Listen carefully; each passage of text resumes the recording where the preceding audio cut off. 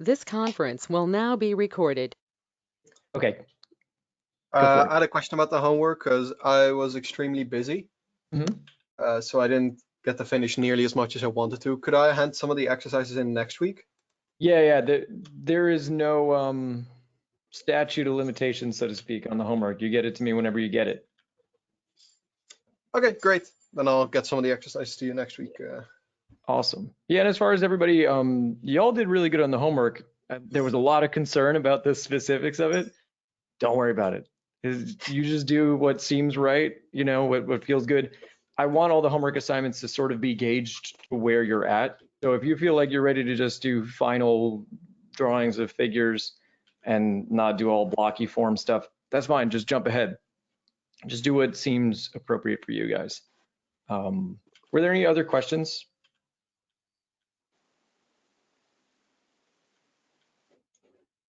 There's got to be at least one other question, even though I just said don't worry too much. What's the drug choice for today? What was that? I missed what you said. What's the drug choice for today? It was Adderall last week, so what's today? Drug of choice. Today we're gonna do ayahuasca. Okay, good to know. Oh, damn. It's gonna really fuck up the class today. It's gonna be very peculiar. It's gonna be a hard time. I don't think we'll get through hour one because we'll all be just like in another planet, but who knows? I don't know how long it takes to kick in. I think it takes like 10 minutes or something. Oh, that's not nearly enough time to get through a whole class. Okay, so we're fucked. That's basically it. Good luck, everybody. Yes, also we don't have a shaman healer to dispel all the bad ghosts. Hey, what do you think I'm doing here? Oh, you're a shaman? Yeah, what the fuck? That's what I thought I was doing. I thought you were an artist. They're not mutually exclusive, my friend. Not mutually exclusive at all. Anyway, let's get into drawing the figure. Today is going to be about range of motion. It's going to be about rotating characters. I still want us to get a good sense of how to maneuver the mannequin in 3D space. Inevitably, I usually get a question like, what's the exact degree of rotation on how to do this? I don't know the answer to that. If you're if you want super specifics, one, I'd say probably just, don't worry too much. I think we have a tendency to get in the nitty gritty of details. But the other thing, you can just get up and maneuver your body, see what works, see what's happening, see where you sort of hit your limits when you're sketching the figure. I am going to do a lot of these more organic forms of the figure. It might be a little challenging. I'm going to try to use simplified forms still, so that way a lot of this makes a little bit more sense. And I was thinking of even starting off with the flour sack, just to get everybody sort of loosened up. And if you guys want to draw along with me, especially the feedback students, you guys can post your work in where it says feedback in our Discord, because in the animation class, we did some in-class exercises. I thought that was really good. It's a good sense of just getting things to work. So we'll start relatively easy. We're not even going to start with human beings today. We're just going to start with the flour sack. And you can see all these little maneuvers I'm doing over here. And let's get this started on a new page. So, got our humble flour sack. There might be a little perspective. Don't even think about it, though. Just think about shapes.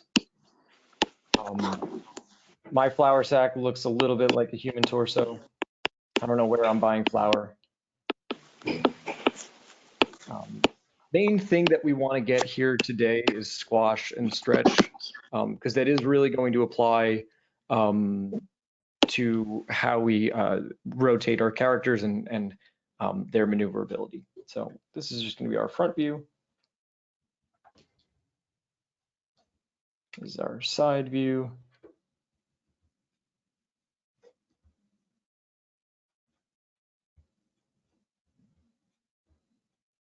I'm going to do a few things to sort of make it feel a little bit more like a person.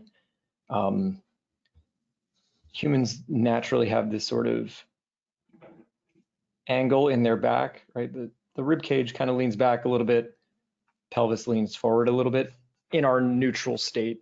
It's not as dramatic as I'm making it here, but I'm just trying to make the point that in a neutral resting state, ribs lean back, pelvis leans forward a bit, and the spine acts as a hinge between those two.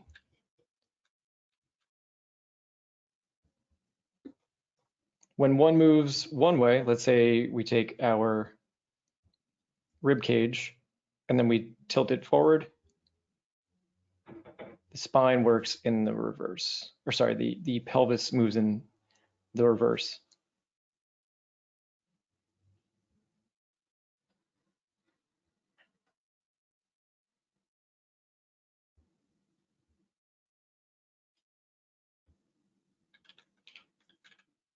Right, so we have the main trunk of the body.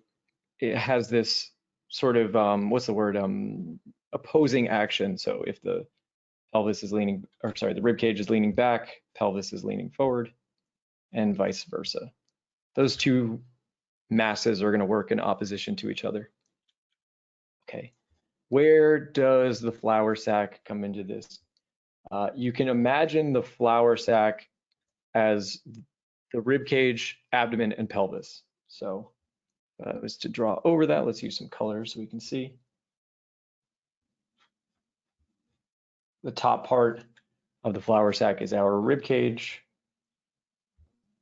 The bottom part is our pelvis. And that little middle meaty part is our abdomen. Like I said, don't worry too much about these forms and shapes just yet. We'll get into that in a little bit. We're just trying to keep this, just imagine a very simple flour sack that you got from Walmart or something. Okay, so what can the body do? Well, I already showed one. We can lean forward,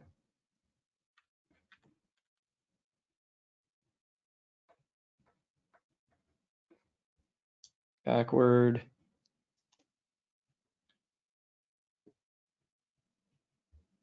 to the side. Can do a twist, just like the song says, and we'll do a stretch in there. It's actually just a cooking class, and that's why I'm focusing on flour sacks. Okay. So I'm just gonna turn this flour sack into 3/4.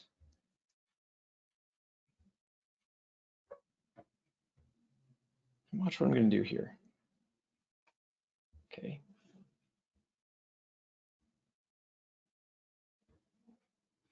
This bad boy is leaning forward, right? Just like we were doing with that form for the rib cage.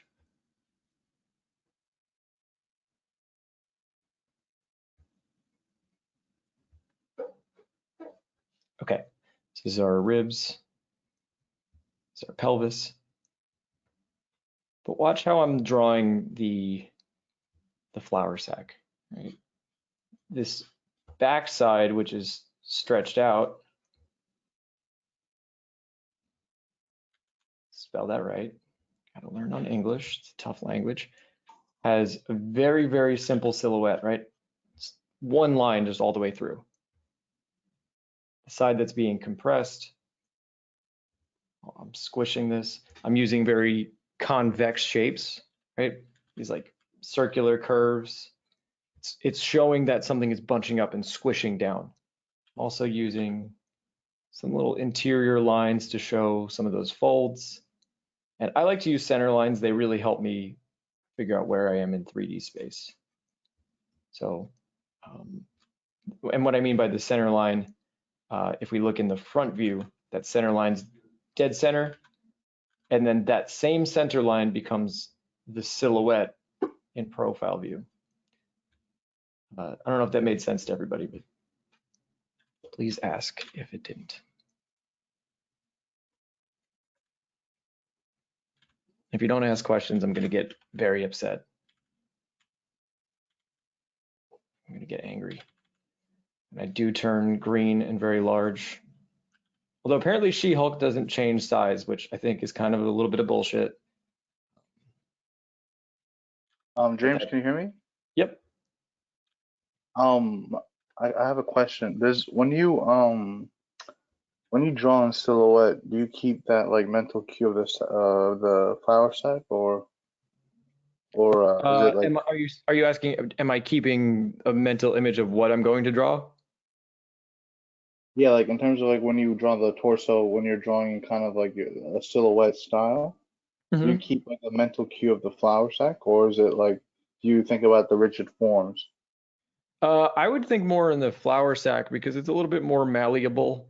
Um, right? If I'm These rigid forms are helpful. A good example would be like I know which planes are going to be in shadow, and maybe another example would be like I know where the placement of my shoulders would be because of the rigid forms. But the flower sack is something that's a little bit more useful in a moment-to-moment thing, in my opinion, because Right. it conveys weight. It conveys it conveys more feeling. They're both valuable, and the more you can sort of ingrain them into your head and not have to like actively think about them, the better. It's kind of like fundamentals in any sport, right? I think Anthony Jones said once, like LeBron James is not thinking about dribbling as he's doing it. It's just something that happens organically. And that's kind of the same thing that we want to do here. It's like these are techniques for understanding the subject we're studying, but in a moment-to-moment basis, I'm not necessarily actively thinking about that. It kind of just happens. Is there if I ask a follow-up question? Sure, that's what I want. You're doing exactly what I told you to do. So then how do you I guess how do you problem solve through a pose, right? Let's say like you haven't drawn this like X pose before. Um, do you You already said you the still main kind of have, problem. The main problem is you want to draw a bunch of sorry different again? poses, so that way it's not something new. Here's how let's say, Yeah. but for the sake of your argument, let's say it is something I've never seen before and I'm really fucking confused. Maybe I'll start and I'll like let's say it's something that's really perspective heavy. Maybe I'll start with like really, really basic building blocks so I get a sense of perspective. Trying to draw this person as if we're looking up at their crotch, which is very offensive. You don't want to do that. Um, Right. Maybe I'd start with the just really basic cylinders and cubes just to get a sense of how it should fit in 3D space, and then move on to something. I know when I was getting a little bit better at this, I did that a lot, where I would look at a pose, start to break that down, kind of like we were talking about in the first lecture, where it's like, uh, break it down in forms, break it down in gesture, all that kind of stuff. But the main goal, which kind of goes against what you said, is you want to be drawing a ton of poses. So you don't want to be surprised by a new pose necessarily. You can sort of invent the better you get, but you also just want to like expose yourself to as much reference and as much of that as possible. And I think sort of like how songwriters have like little ditties that they'll go to that sort of like identifies their style. An artist might have certain poses that they go to a lot, or might um, Right. it becomes part of your repertoire, so to speak. So it's not unusual. Ramino says, not unusual for professional artists to struggle with a pose you're very unfamiliar with. I don't think so. That's why even super professional artists are doing studies still. Otherwise, they wouldn't do anything. The T pose is my standard pose that I go to. There you go. And listen, I'm not saying, I'm not gonna throw any shade at the T pose. If that's what you wanted to do and you want to design with the T pose, go for it. I do think you can make poses more exciting than that, but I hope that you just continue rocking the T pose. You can, you don't even need this class. You're crushing it. All right, let's do the back stretch.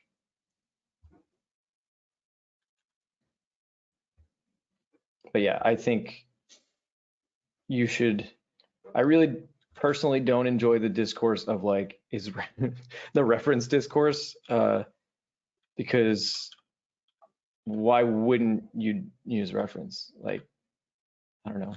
Like, think of character designers for shows like, I don't know why Cowboy Bebop comes to mind, but like, it's not as though those character designers invented the concept of the suit, you know? They didn't, or Samurai Champloo didn't invent all of these costumes out of thin air, right? So to deprive yourself of reference is really doing yourself a disservice. That doesn't mean don't ever draw without reference. I think that's a really valuable thing to do. And I also practice that as much as I can. But not using it is just like a weird kind of ego thing that I think is dangerous. Okay, so yeah, notice every time I'm doing one of these drawings, I am, emphasizing on the silhouette, the side that's stretching. Sorry. Yep, come in. Is someone just knock? Am I just making stuff up in my head? Okay, never mind. Sorry about that. So the side that is, sort of following the line of action, in this case, the sort of backward stretching of that flour sack, I keep that side very simple, and then the opposite side, I compress it. You'll notice a lot of artists doing that where they'll use one side to sort of emphasize the line of action. Not always, there's sometimes that the character model makes that a little bit more difficult, in which case, so be it, it's not a big deal. But a lot of times people will stylize things where maybe they'll just simplify all the anatomy on one side that emphasizes the line of action. Question? Other thing I'm doing here is I'm using, shape-wise, I'm using much more convex shapes where that compression's happening, and I'm not afraid to let my lines go inside the form of the body or inside the silhouette. I think a lot of times, if you're uncomfortable with drawing, you might feel a little afraid, or maybe you're just not too familiar with the anatomy, which is going to happen next week. We'll talk all about that and where these come from. Okay, so that's the back to the side is next. Same sort of deal.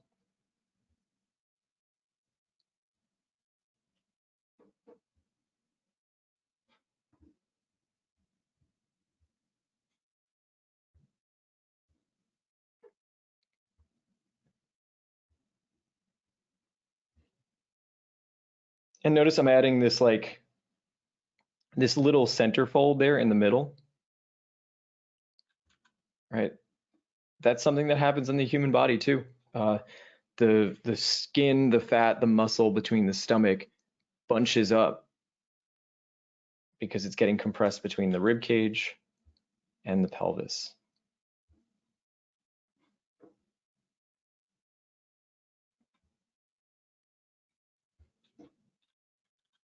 Okay. But yeah, let me add the forms as well, so that makes sense.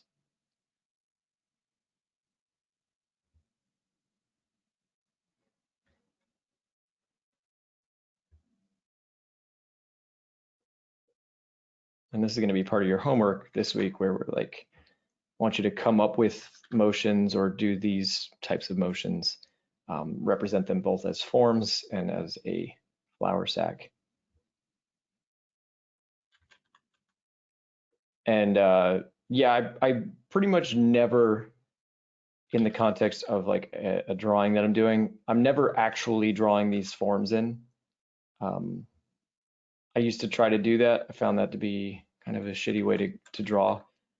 The big reason why that's not a great move is because it really limits the shapes that you can do, right? Because you're sort of beholden to this framework that you set up for yourself. Wait, James, is that the one you're doing right now? The blocky shapes? Yeah, exactly. Okay. Yeah, because if you think about it, right, if I'm drawing within that, I'm sort of confined. But if I'm drawing outside, let's say I want to do that same sort of thing, I'm going to just start with like a a shape where the shoulders are really, really wide, and then the abdomen's super narrow for no reason. It's just dramatic. And now, just like with the flour sack, I'm going to use a curved line as opposed to using these two rigid edges, but it's essentially accomplishing the same thing. Got it. Thanks. It's looking at some character designs from One Piece, and they're ridiculous like this. Their torsos looks like that.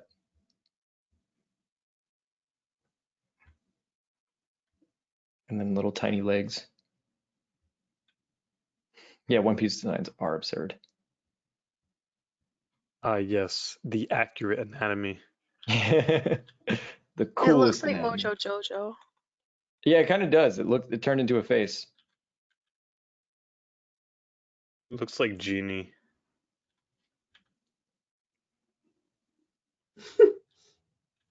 Nah, that's cursed. Nah, that shit I'm is cursed. terrified. What the hell? I don't know. It's like a You guys said bootleg it. Lion King. Let's get rid of it Yo, I before. thought the same. That looked like a lion. Looked like a bootleg Simba.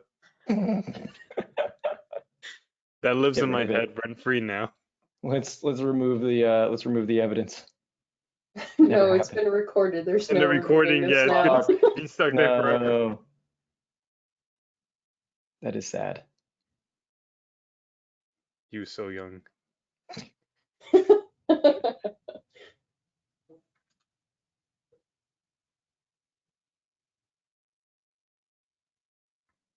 James, I have a question.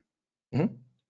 It's kind of a dumb question, but so for like the ribs and the pelvis, it's a square and a rectangle, or is it just like is it usually like the shapes that you would use if you were doing in blocky forms? Well, the way I sort of think about it overall is like I'm gonna start with a rectangle. Gonna divide that rectangle in two, and then the bottom part in half again. And then you've got rib, ab, pelvis. And then for the demonstrations here, I'm just leaving out the gap between the abs and the ribs, and just adding in a little cylinder, a curved cylinder. Yeah, because I was having like trouble figuring out like where like the rib area would like stop when I was doing the I guess the blocky forms. Okay. So I wasn't like sure like where would the end part for the rib cage be, and then where would that little space be, and where We'll would the do it over the pelvis? figure because that will make it easier to understand. Okay. So yeah, we'll draw that over the figure. I'm just going to finish up these last two, and then we'll do that, so that way it makes a little bit more sense. For now, just understand that this is just that visual representation of that bony anatomy, and proportions are always that kind of thing that's a little bit challenging, and are somewhat a thing of just practice and getting used to. Right. All right, with the twist, so with all these so far, these forms have been oriented in the same axis, but with the twist, that makes it a little bit different. They're at different degrees of rotation to each other. So in this case, the rib cage is going to be rotated to the right, and then the pelvis is looking forward.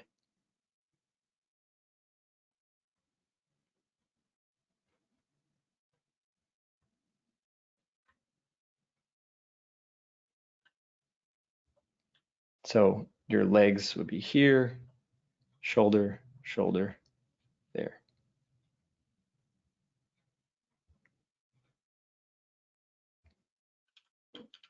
I'll draw in a little gesture so that way it makes a little more sense.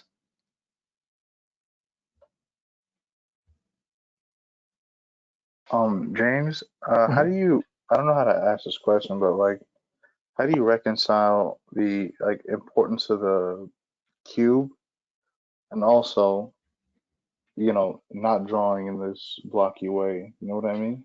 Yeah, it's the analogy I use again is like it's like if you're playing a song on piano, you've got to know what scale or what key the song is in, but you're not going to like actively play that. There are artists that will draw this in. A lot of classical artists will do this. But sort of one of my workarounds is instead of doing this super blocky, start with something that's almost exactly the same, except I'm rounding the edges.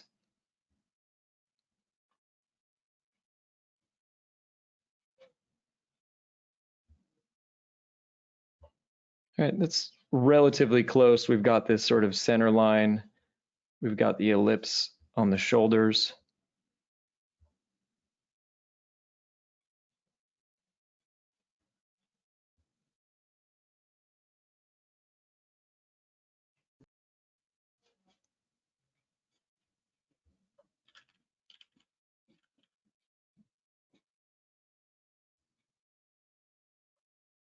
It's kind of like I call them training wheels, right? So your early steps are going to be like doing loose gestures and maybe some of these blocky forms,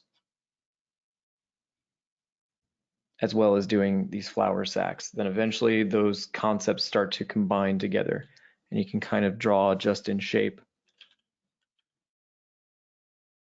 But from here to here, I don't think it's too much of a stretch, because essentially what I'm doing is I'm just taking that box, just getting rid of some of those edges, just adding a little bit of curvature to it. So that's something you can practice, is just taking forms.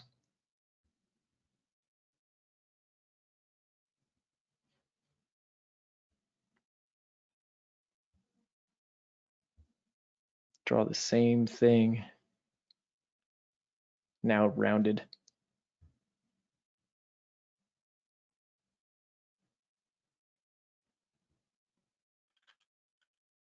All right, how do I do that? Well, rounding out the silhouette is a big one. And then I don't put as much line weight on these contour lines. So that's part of it. And all that starts to help you get to use the principles that are taught with these blocky forms, but then sort of break out of being beholden to them.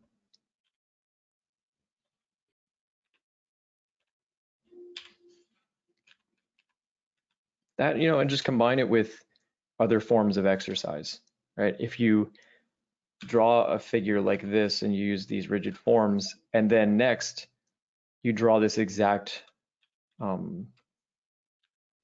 thing, but now using silhouette,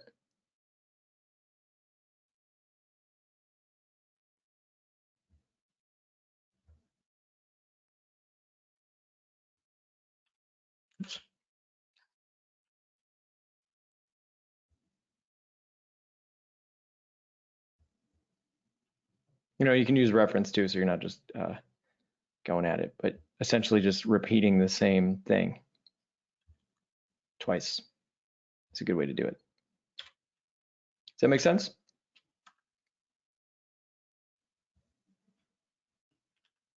Your silence tells me it doesn't. Yes. Okay. Yes. Good. Okay. So let's get back to our twisting.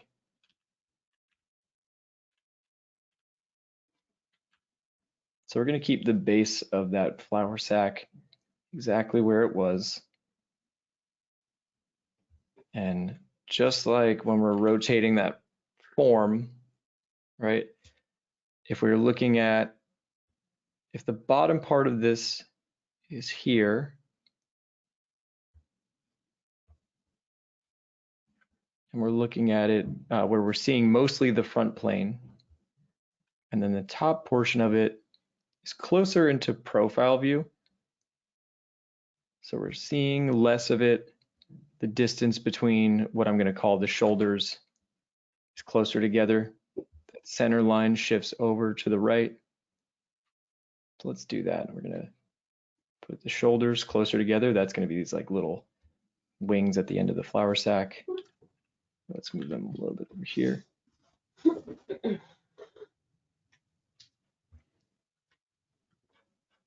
And then watch what I'm going to do. I'm going to add a line crossing over, showing where that twist is happening.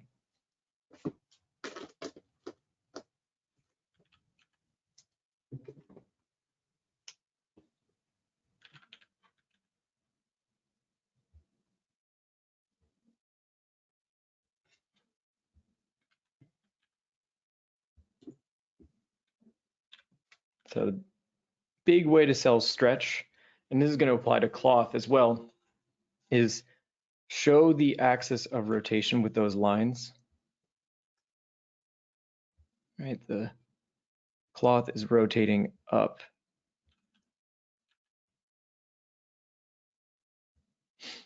So we pick a point where it's sort of wrapping around, and then we lead to that and have those lines come into the silhouette.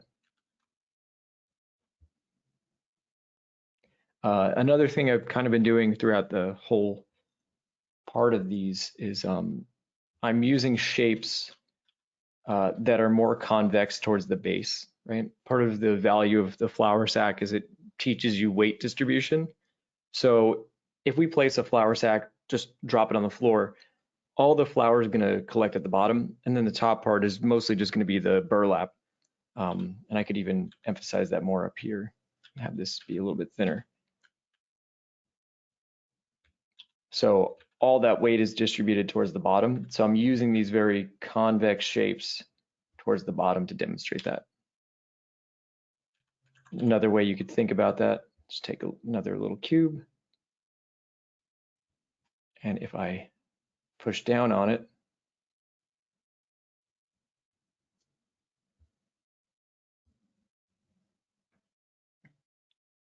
now these shapes start to get more convex on the silhouette.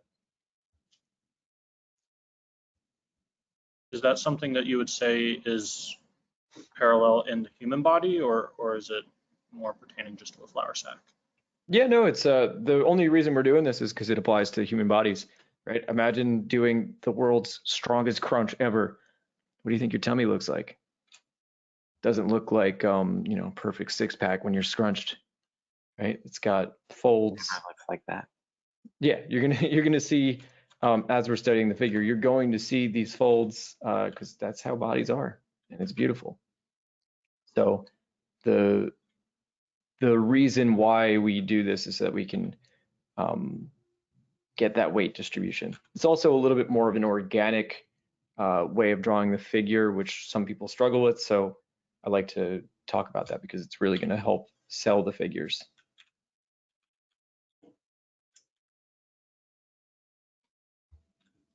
All right, and then the stretch, right? We can just change the size of the silhouette overall, right? Squash and stretch. Imagine being on your tiptoes. Here, let's do that actually. Stretching up to reach something.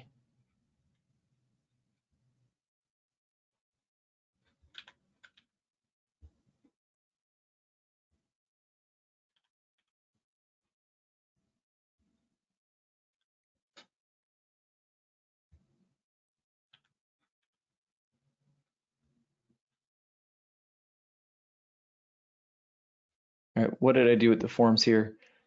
Well, I tilted them a little bit.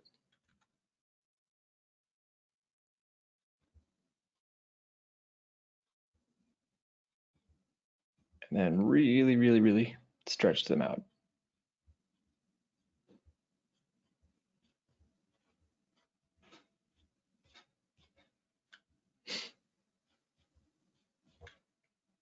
Another way you can practice that is, yeah, if you're unfamiliar with using these types of organic shapes, just take a rectangle Imagine you got like a styrofoam rectangle or something, or not styrofoam, but soft kind of styrofoam, like a squishy ball, and then just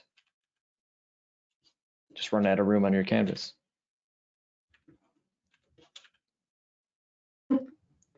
Calling the police? No, don't do it.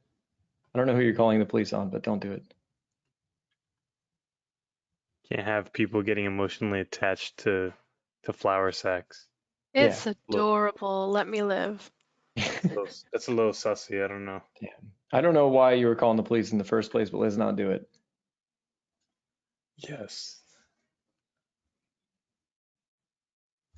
Cool. So all that, I find it super, super valuable because when we want to draw figures, right, we're going to want to use whatever shapes we want to use and then apply form to that. Maybe you want to use this kind of shape.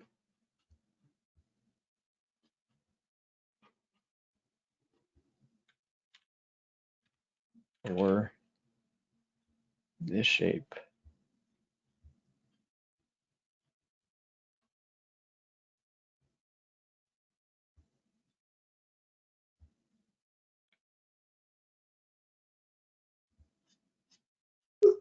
Or this shape.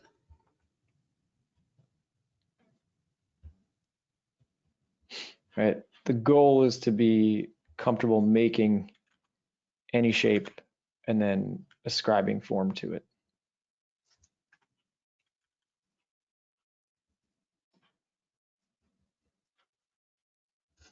All right, questions about what I just did? Because we can start to go into a little bit more about these mannequins in a second.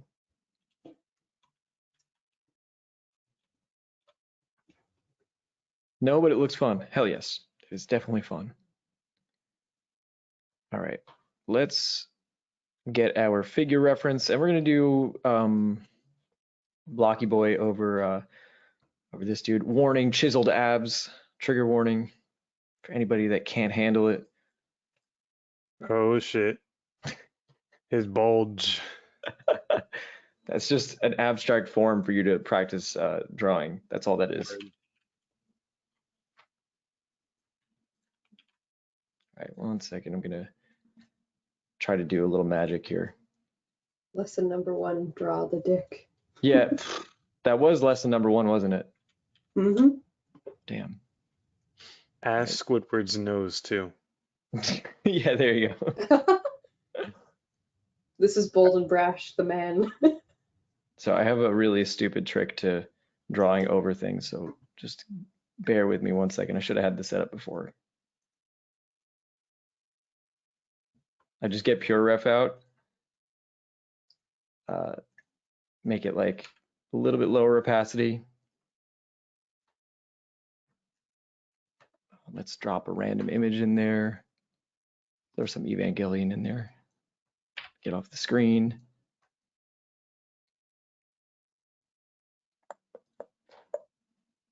Hey, why did you do that? Oh, there we go. Cool.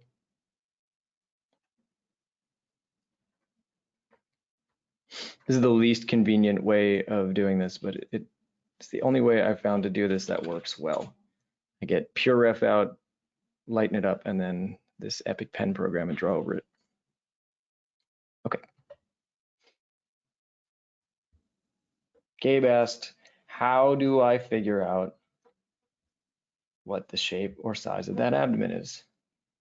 Well, it's a pretty good way to do it. Find yourself a reference, sketch over it.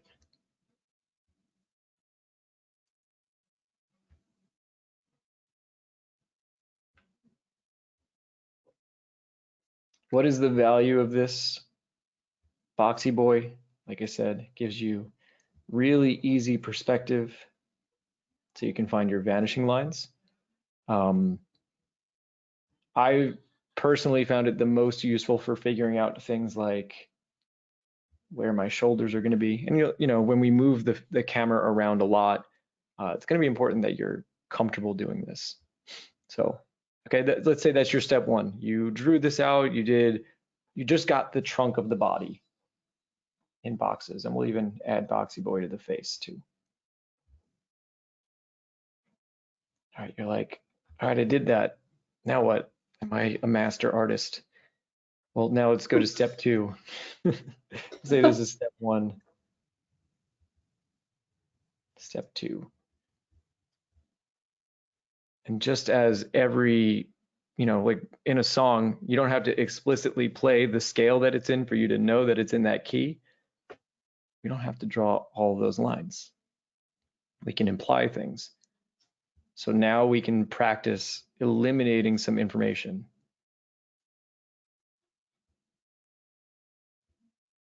Let's combine that pelvis and that rib cage. And I'm going to round out that box just like I was doing before. And like with our flower sac, the natural sort of posture is leaned back a little bit. So I'm just going to use a simple silhouette here, right? Just 2 lines basically, or 1 line, and then have a little bit more complicated silhouette in the back. Right? I used a cylinder for that, the neck there. We can kind of just do the same. I'm going to use again, I'm going to round this out so it feels a little bit more like the human body.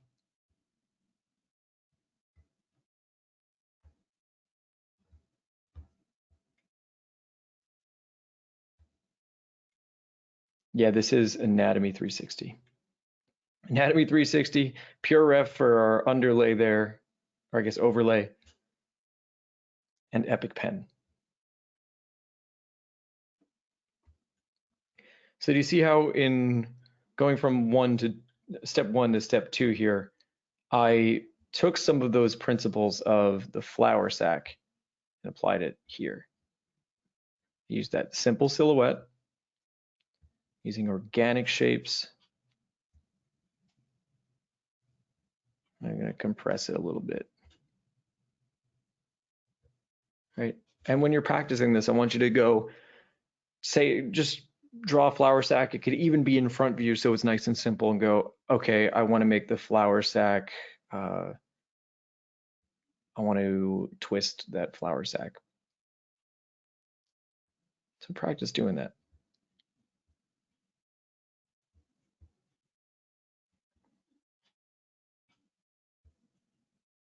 Get used to just making that happen. Cool.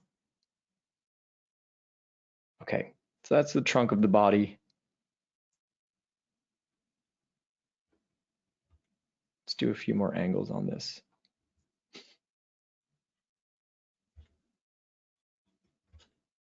And for all the limbs, we'll draw on the limbs first.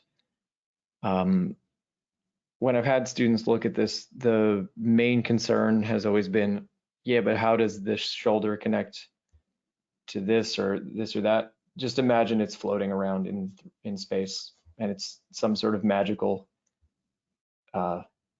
elements that are holding it together. Right? Don't worry too much. It's magical elements that are keeping these forms together.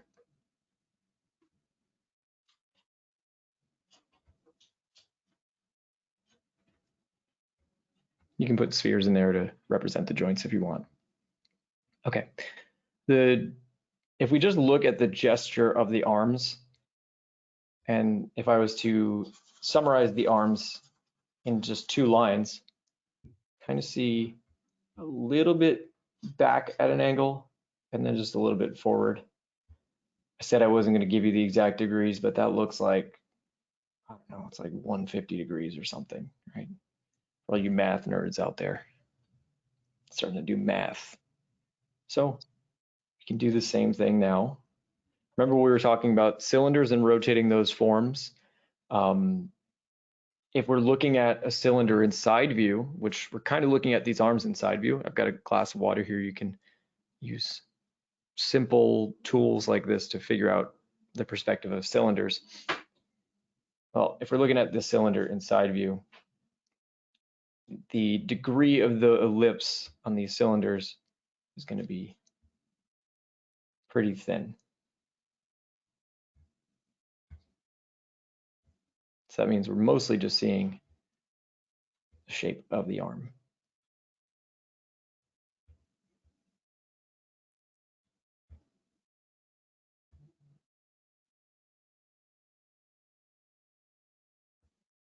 Right, the legs, right, they're going straight down pretty much, although again, just like everything else, there's a little bit of an angle. If you guys remember from last week, if you're making a cylinder that's straight up and down, what's its minor axis? I hope somebody knows. The length. What is it? The length going down. Yeah, perfect. You get 10 extra bonus points. I need them. Good, good, good. Because I was going to send report cards home to everyone's parents. No one told me I'd need pre-calculus again. Yeah, I'm sorry. Every time I do this part, it really does get a little mathy. And perspective has that effect on people or on the world. But you know what? I've felt bad about that for years, but perspective literally is just mathematics. So don't blame me. It's like the more you talk about it, the more it makes sense. You know? Blame Earth. Yeah, exactly. I agree. I try to make it as intuitive as possible. And honestly, like if things like understanding minor axes and all that are really confusing, literally just, just get something like a paper towel tube or something like that and get comfortable just moving it around and studying how that changes. Because these forms are, especially cylinders, they're just gonna be so valuable.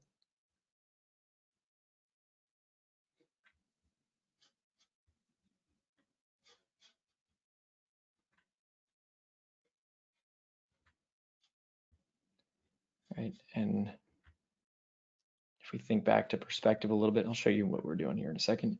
The further below the horizon line we get, the more of the top of the cylinder we're seeing. So at the horizon line, the cylinder might be flat, but then when it's all the way down by the legs, now we're seeing the top of it. Again, imagine taking a paper towel tube, holding it up to your face, and then when you put it down on the floor, we can see the top of it.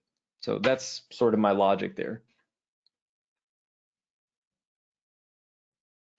Okay, we're going to do the same thing now on the step 2 part. But what I'm going to do is instead of just using a cylinder for each of these, we're going to, like we said, we're going to add a little bit of shape dynamics to it. So you can imagine it's just a cylinder that we added a little bit of shape. Next week, when we go through the anatomy, we're really going to discuss where these shapes come from and why these shapes make any sense at all. For now, either just copy the shapes you're looking at the reference or use artists that you like.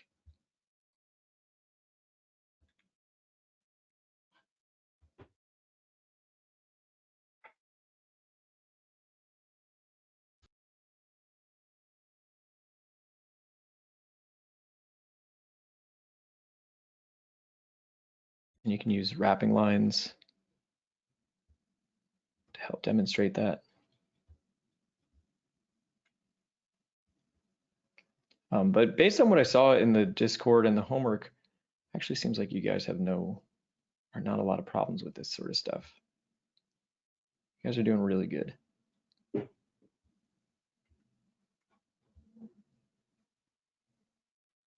Unless you're all copying and pasting homework from other people. Now that you mention it. I don't know. I hope you're not doing that. Nah. That's good. I was up all night doing the homework. It was not. Even to the last minute. That's what I'm saying. I did that during the animation class too. But I wasn't a feedback student, so I had more of a reason.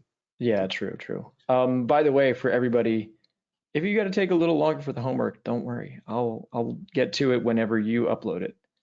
If you paid for the class, you'll get feedback. I'm not gonna deprive you of your feedback. Until he deprives you of the feedback.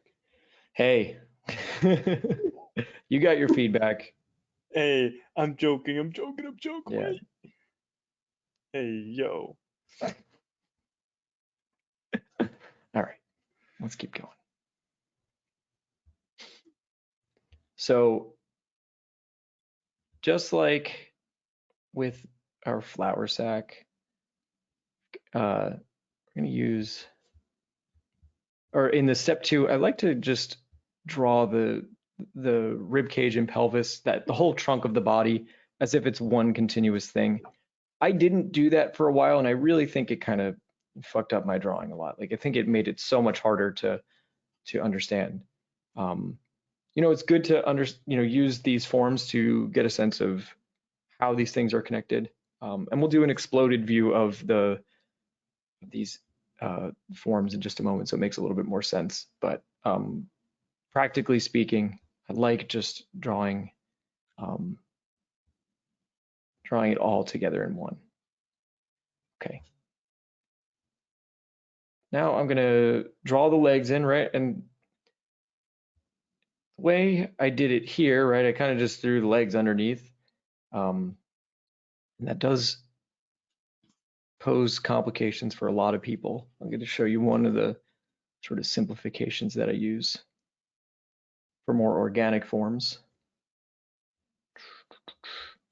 So on the left on step 1, I've got just box, not super exciting.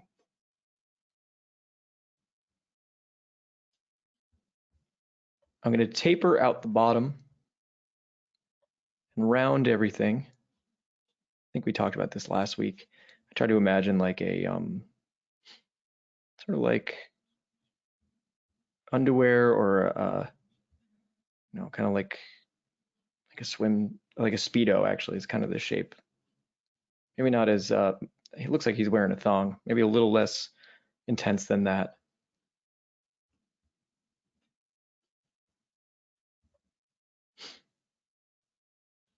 And this shape is interesting because, let me clear out a little bit here. It's got 3 ellipses. So the main trunk of the body here has that vertical ellipse. Then I go out at an angle. And then the bottom has 2 other ellipses. So let me draw that from a different angle. And I'll draw it over the figure so that this makes a little more sense.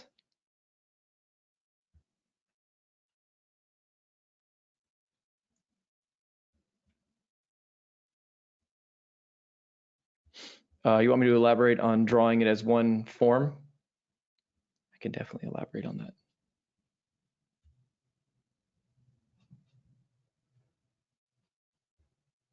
Oh, no, Mike, yeah, no problem. Yeah, I mean, if you have a look at, let's say, some of the classical approaches to drawing the figure, you'll see them do this, where they do a line of action, rib cage, pelvis, skull, and then they kind of build up from there, right? Do the gesture, whatever, it's a terrible gesture. I like this act of kind of how I was drawing the flour sack, where I imagine it as one continuous bent rectangle. I draw some indications for the rib cage because you see that on the surface anatomy. Lines for the pec, and then lines for where the hips meet. So it kind of comes off as one continuous form.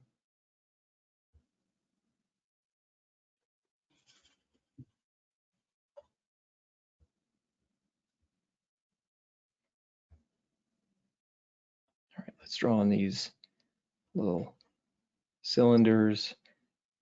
And right now I'm just going to sort of put it down beneath the hips. Don't worry too much about the connections just yet. We'll get there. Get to how that works in a second.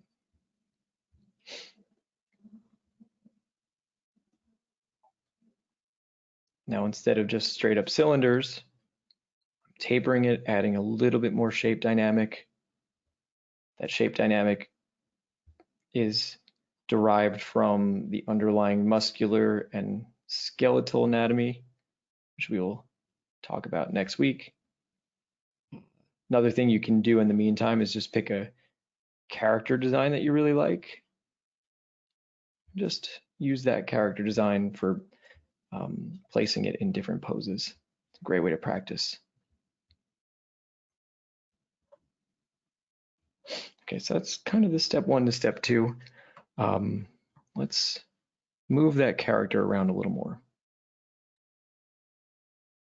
Questions?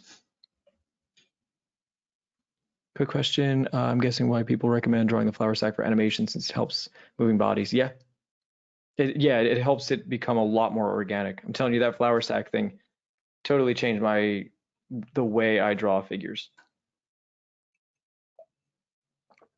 James, could you talk about a bit how the James, Oh, sorry, let him finish first and then we'll get going. Sorry about that. No, you're good. Could you talk a bit about how the arch of the rib cage actually wraps around the body? I feel like it's something really easy to make feel too flat. Oh, So yeah. if you had any tips on it. Sure. So for looking at it, let's draw first I'm going to draw a box in front view. I imagine that this, let's just start, with like a flat box, and then we'll rotate that, and we'll get those arches repeating. So in front view, that arch kind of comes up in a triangular shape, less than halfway up, maybe about a third up from the rib cage. Let's rotate that at a 3/4 view.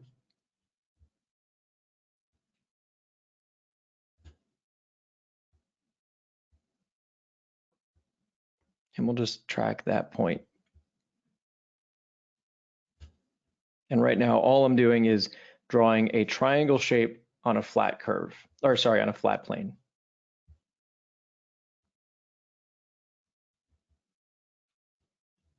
So you can almost imagine as if that was just, that front plane is a piece of paper and somebody just on Sharpie drew that shape in.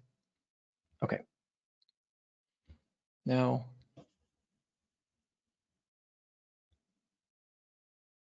let's do a little transformation of this. In general, rotating complex curves in space is challenging. This is sort of how I learned it. So we've got this center line going down the box, and now I'm going to create a line emerging off of that to sort of generate the curvature of the rib cage. So actually, you know what? Let me do this in a different color. That way.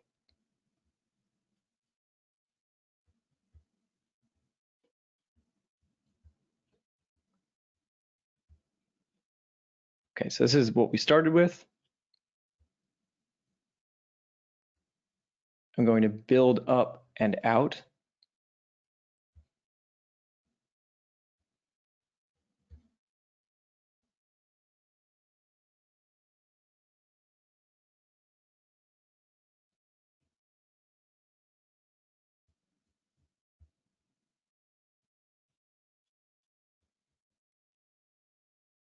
And now, because we're adding this 3-dimensional form, now we've gone from a flat shape to a 3D shape. Now this has to wrap around on the other side. We might have to get in depth with perspective. We might have to do a quick, like super in-depth perspective lesson, I think, because this does get a little complicated. Essentially what I'm doing is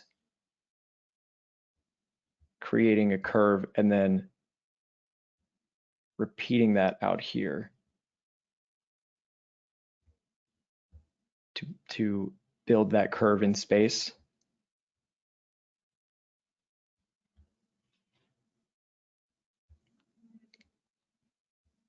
It's a bit challenging to figure that out. What we can do, might be an easier way to go about this, is get a shape that's similar, a 3D model, and then sort of track that in space. But the way I sort of learned a lot of this stuff was doing these, sort of making complex curves like this, and then rotating those in 3D space, and getting really comfortable rotating more and more complex organic shapes. So if we start with a curve, and I draw lines going back towards my vanishing point,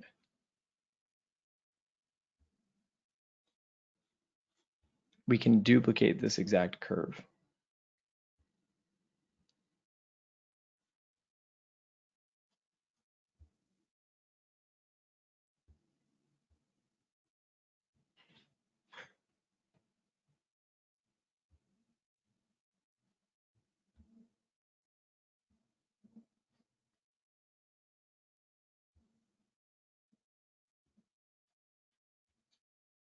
This concept basically applied to something a little bit more complicated like the rib cage is how I learned to learn to track this sort of stuff. James is carrying my smooth brain. I'm sorry.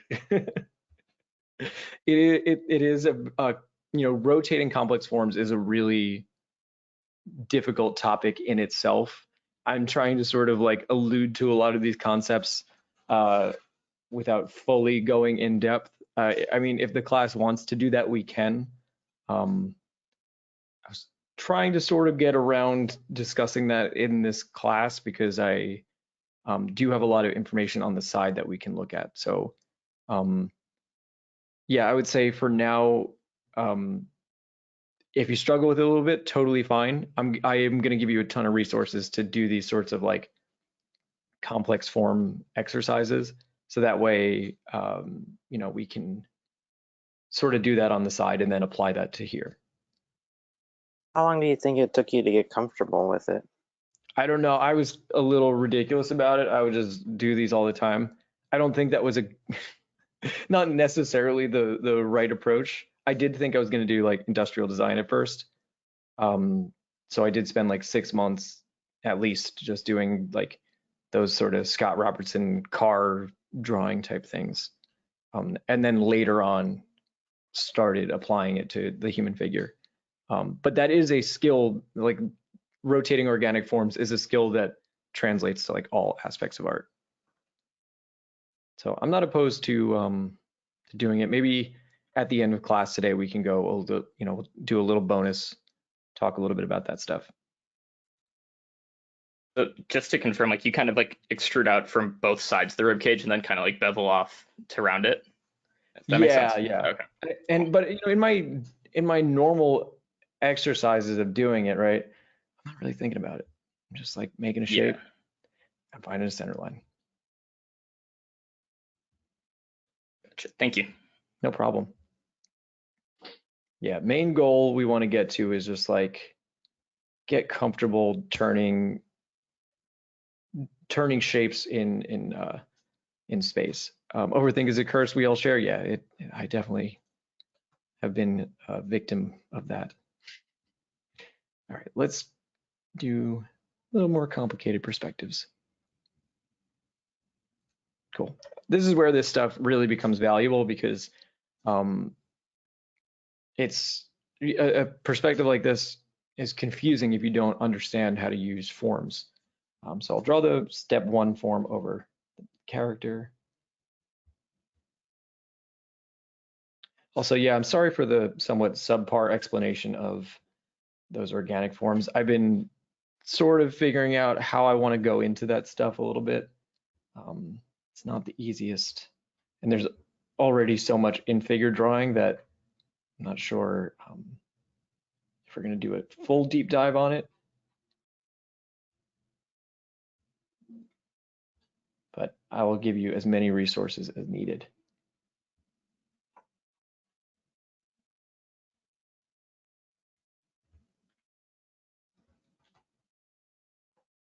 I'm actually going to move this over slightly. Oh no, ruined it. 1 second.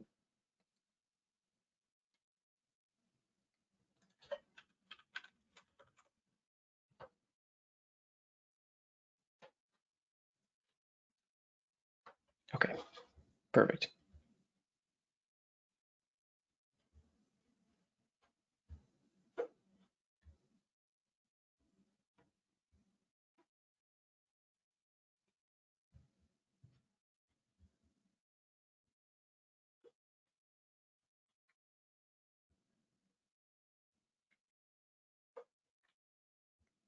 In a perspective like this, where we're looking down at something, right? Our horizon line is above the subject. In this case, it's off the page.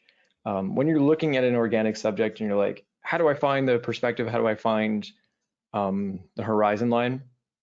There's a few ways to figure that out. In a bilaterally symmetrical pose like this, where the character's not doing anything, they're just standing, you could trace things like feet to feet, hand to hand. That's easier. One like shoulder to shoulder can work, unless obviously there's tilting going on. One way you could go about it also is start drawing a neutral pose like this, and then once you understand sort of how that works, then you can start to move that pose around in a top down.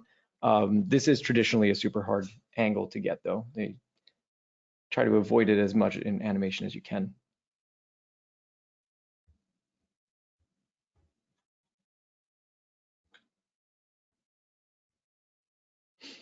How many of those how to draw drawings do you recommend doing basically?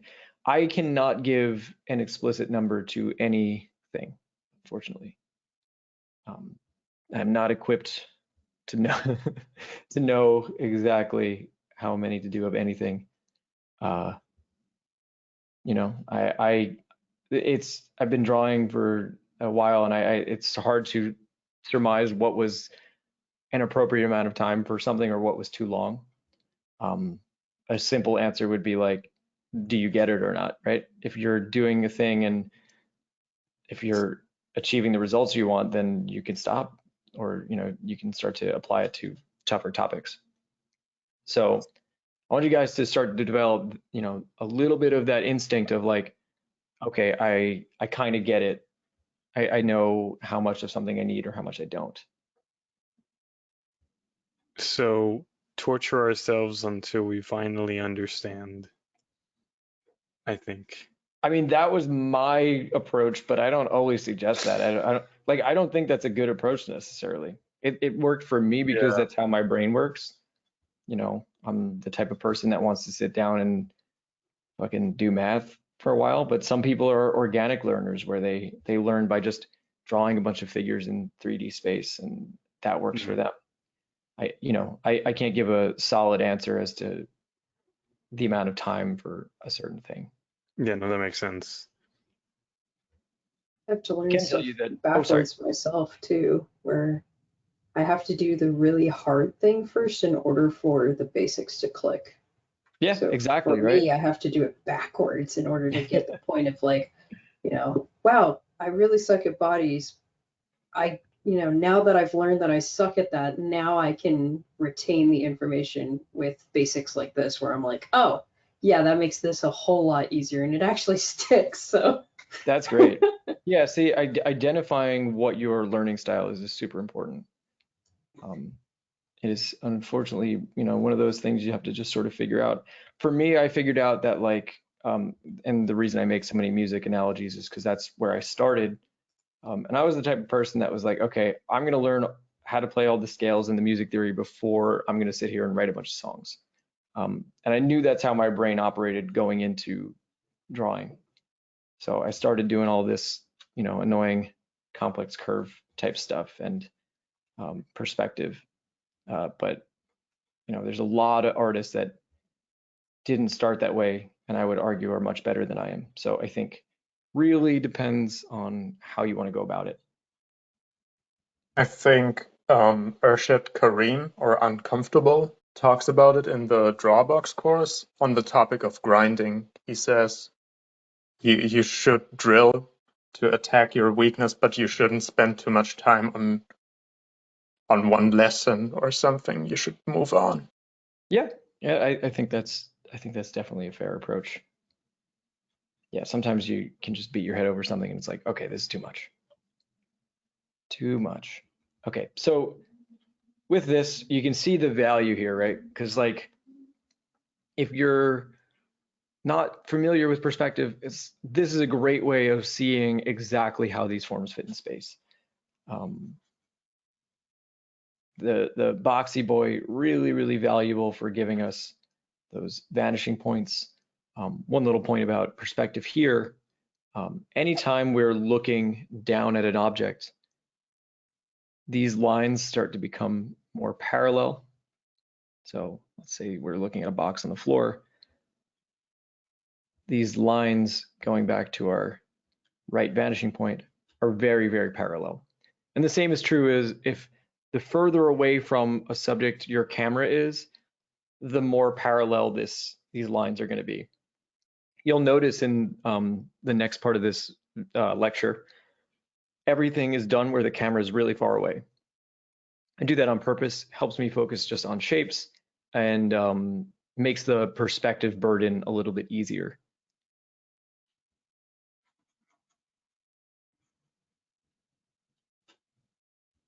And I'm gonna have to give my girlfriend these keys in just 1 second, because yeah, I have the keys. Hey puppy, wait, Carly, come here. Here's the keys. You ready to go outside, Dom?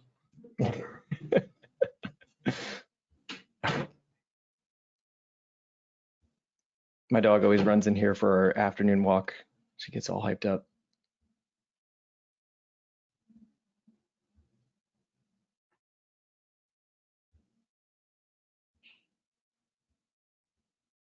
All right, we'll use that somewhat rounded box. And after this one, we'll do one more and then we'll get to range of motion, because we didn't even talk about that yet.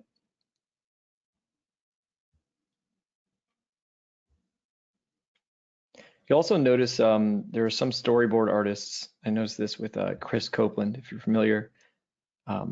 His mannequins that he uses for his figures will have these cross sections on them. And he's using that to understand the perspective.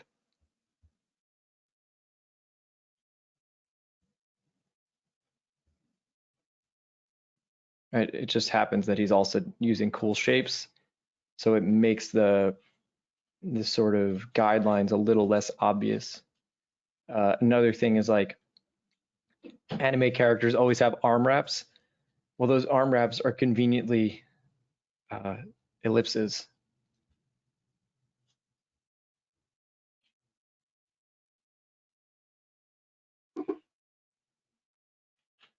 Right?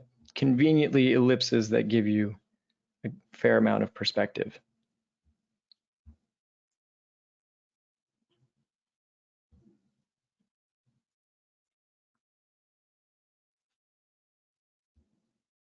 Hey, would you be able to link the program you're using right now? Yeah, I can do that after. It's called Epic Pen if you want to look it up. Okay, thanks. And the character is on Anatomy 360.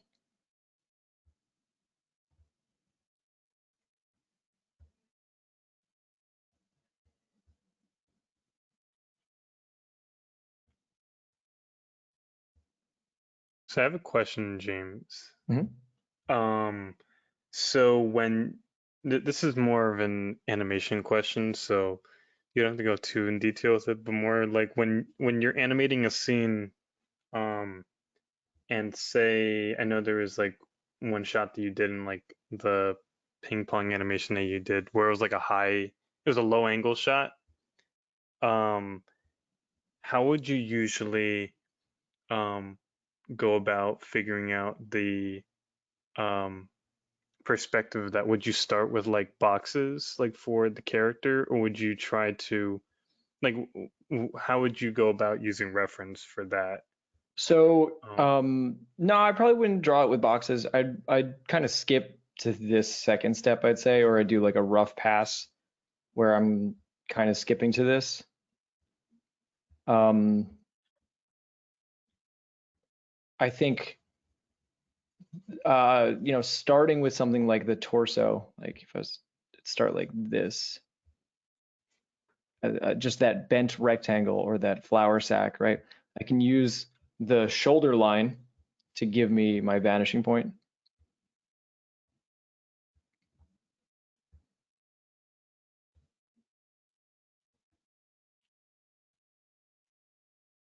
And then, from experience of doing a lot of drawings, you can start to figure out, okay, how does this scale work? Well, if the camera is low, that scale is going to get bigger down towards the ground. So that takes a little bit of just getting used to and, practicing that a bunch. But everything is curving up, right? The neck is curved up. I'm seeing underneath the chin. We're going to do those forms of the head in just a little bit as well. Right? Seeing underneath everything. Another thing you can do to practice this is get yourself a little action figure, break it apart, mess around with it, draw it at different perspectives. Or what we're doing here with a 3D model, same sort of deal.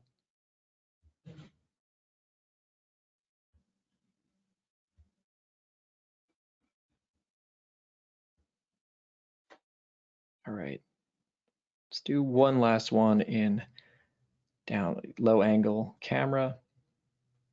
Speaking of which,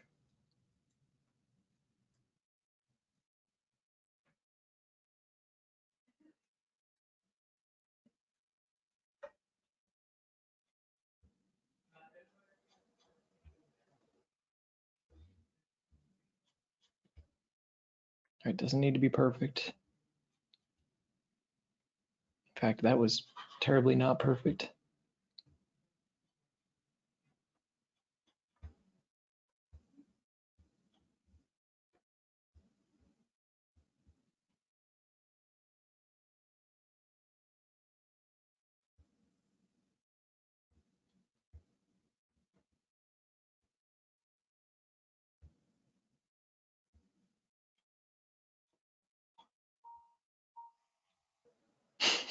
It's okay to not be perfect, except for this is not perfect. God damn it.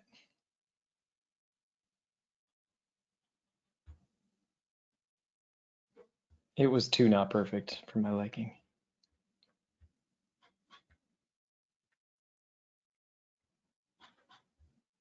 Yeah, it doesn't apply to me. I have to always be perfect as the teacher.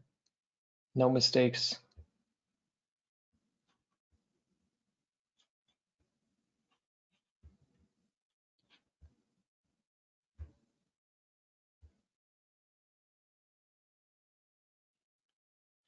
Okay, now here's an example of, right, the arms before when we were at eye level, we weren't seeing the degree of these ellipses, right? But now that we're below, we're seeing the face of those cylinders.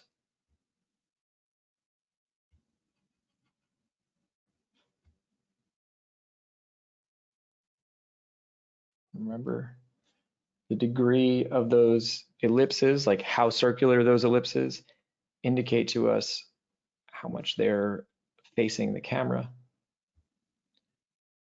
Right, so on the right arm here, for example, the bicep is a little bit flat, but then the lower arm is angled towards us a little bit. So now it's angled a little more towards the camera. So the degree of that ellipse is going to get wider. We're seeing more of that circle. There's also a reference online of people wearing suits with wrapping. They're like bodysuits that have wrapping lines. Very valuable to get a sense of how that works.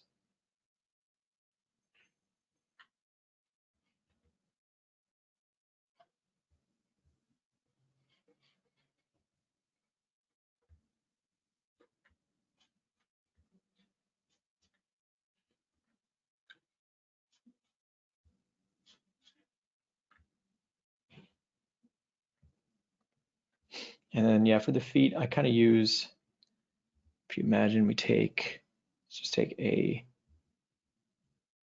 rectangle.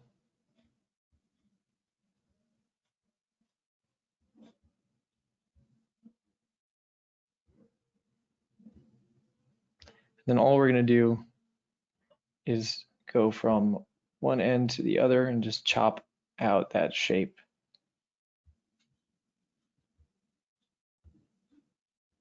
Little wedge shape. It's like a clog, the world's worst clog. I have a question, James. Sure. So for this one, you see the pelvis, right? Because it's tilting kind of like back, like forward. Mhm. It looks flat because I guess our eye line is like near that. Are you asking if the pelvis looks flat because you're saying because the eye line's there? The eye line is actually at the feet right now. Yeah, because usually when we see when we look at the pelvis, right? If our eye line is a little bit above it, we would see the top view of the pelvis. But I guess right now, Oh, yes. Okay. Yeah, you're not seeing. Yeah, think about it this way. You're not going to be able to see the top of that plane because we're underneath it. underneath it. Okay. Yeah.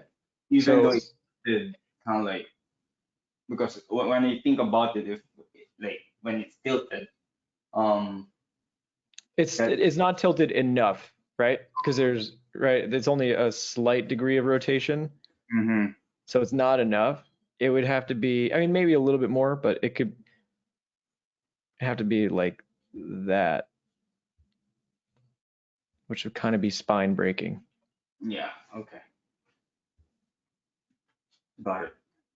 Is it true that like if it was like, because it's tilted as a like in contrast to the rib cage, if it was not like if it was at the same angle as the rib cage, then we would see the bottom of it, right?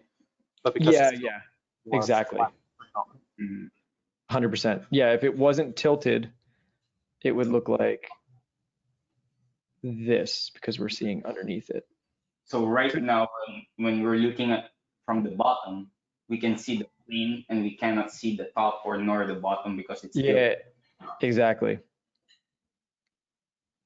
See, right, this, I'll draw dots just to show, yeah, it's a little bit, they're kind of just overlapping, so we can't really see. I just simplify that just to straight lines at that point. Thank you. Good catch. Sorry, I didn't elaborate on that.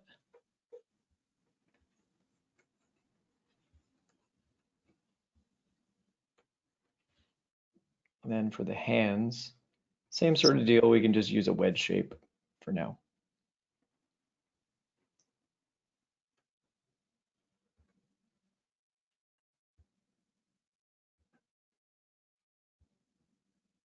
All right.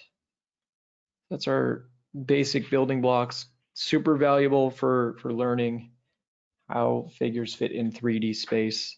I always think when you're doing one of these, it's a good idea to have a reference cube, like before you start drawing the character. Even if you're not going to do the sort of basic building block version, just draw yourself a little cube to get a sense of where your camera angle is. In this case, our camera is like this.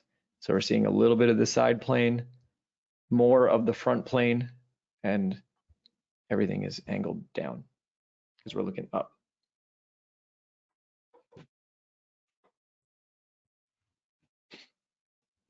Cool.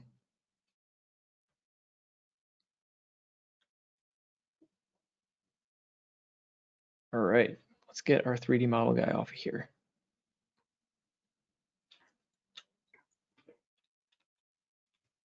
So let's talk about range of motion.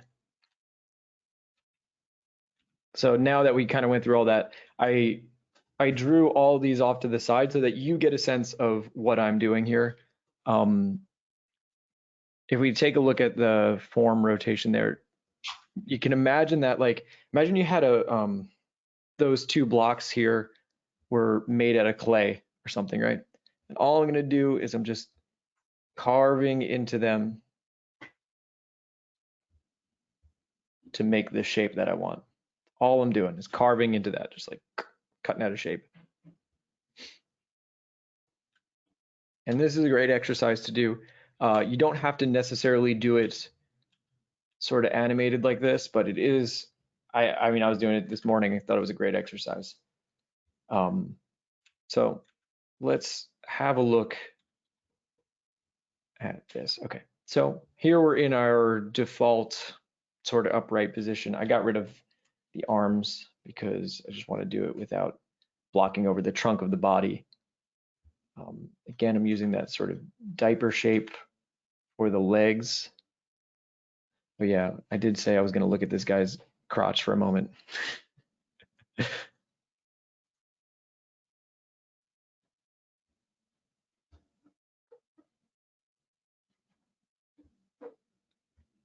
That's sort of what the shape I'm using. So there's two ellipses going out at an angle, and then this vertical ellipse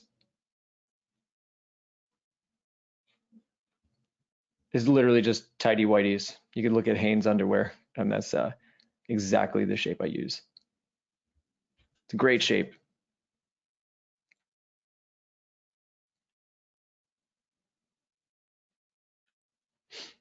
Okay, so yeah, in our default state, the really important part to make these poses feel natural is that back angle, or this angle between the rib cage and the pelvis. Right, this V shape there. When we go into front view, obviously you can't see that as well. That's why part of why I wanted to do this is, you know, depending on how you're looking at a character, certain elements of it are going to be more or less obvious. So in the case of our front view, we're not really seeing the curvature of the spine here, right? All it looks like is just flat shapes. And in our profile view, we can see the distinction between those two forms. And as I'm drawing them, right, it's basically just rib cage shape.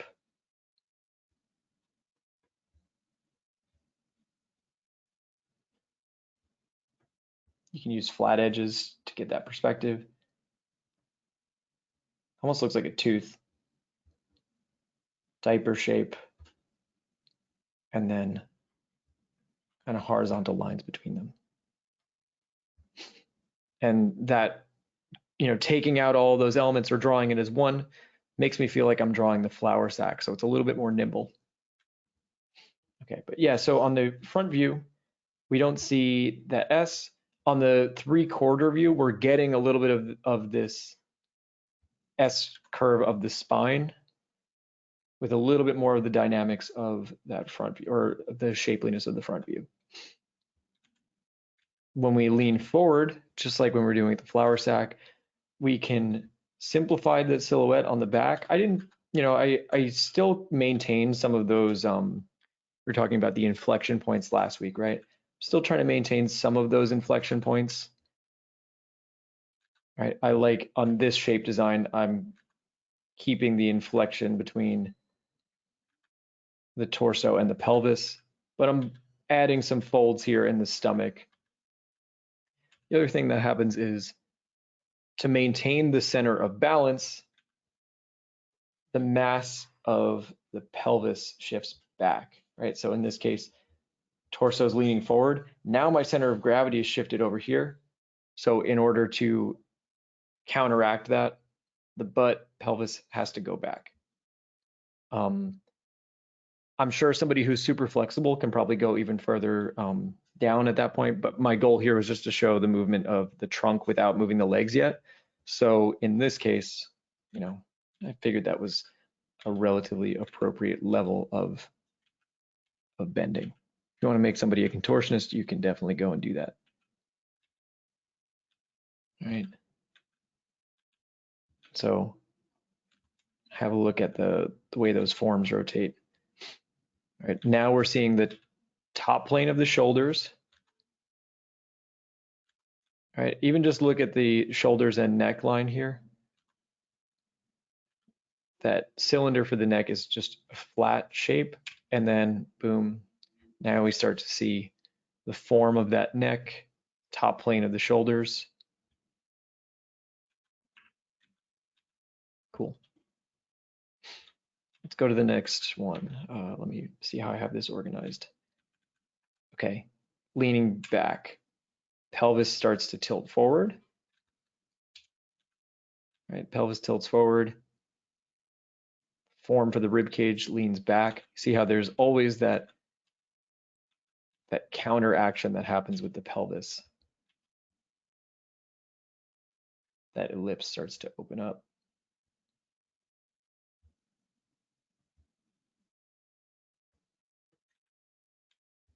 Pelvis comes forward a bit. I think I did too much on that, but it still works.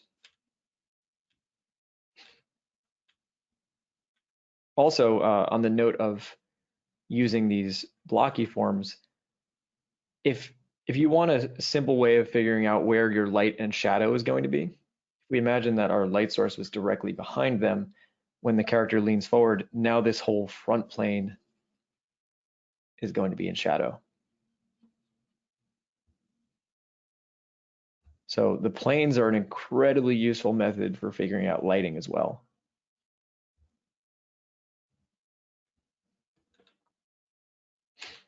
Okay, neutral. Then we can tilt to the side, right? I'm keeping the pelvis. Actually could have tilted that pelvis a little bit more. Yeah, let's tilt that pelvis up to counteract that.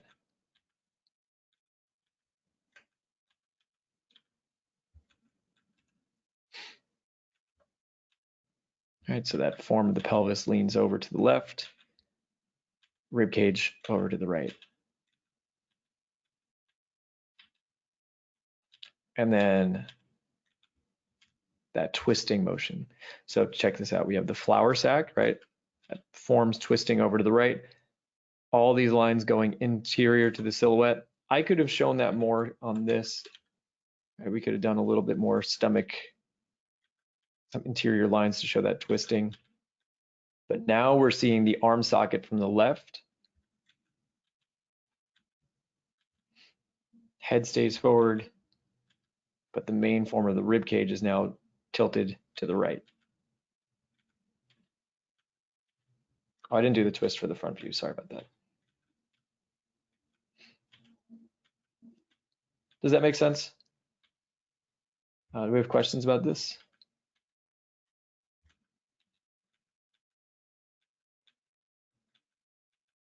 It's a great exercise.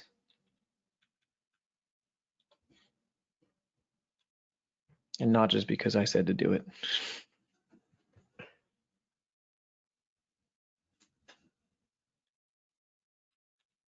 All right. Let's talk about mobility on the arms. Determining how, like, knowing it folds, but then how, like, on the flower sack it folds, that's just by experience of observation. Let's see, sort of, you know, part of it is like, let's see, like, let's go to, let's go to the front bend for this, right? It definitely, part of that is from experience of looking at cloth in real life, looking at anything that's sort of squishy, looking at other artists and how they tackled this problem. But really the main thing I'm trying to do is emphasize these convex shapes on the squished side, right? That sort of squishy silhouette, right? And you could make that as ridiculous as you want. Maybe that middle squish is like, you know, just keep pushing it more and more.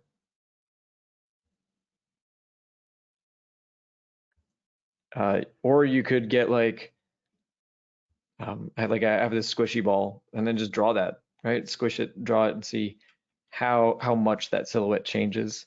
But yeah, the most important part is the variation in the silhouette. So on the right side, convex or simple curves, and on this side, much more jagged shapes, which show that compression.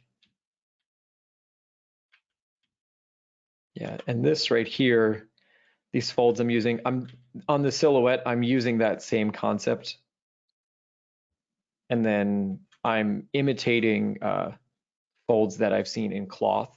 So we're going to talk about clothing later on, but just a quick aside, right? The boring way to do this would be if I drew it like this. The less boring way to do this is I draw it, and then you see how this line inserts, right? It goes through that silhouette. So it feels like one thing is sort of fitting into the other, as opposed to this.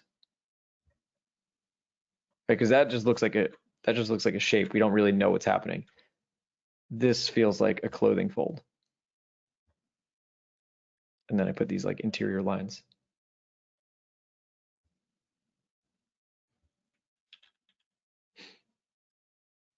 And yeah, on the stomach here, you're kind of seeing me do that as well, right?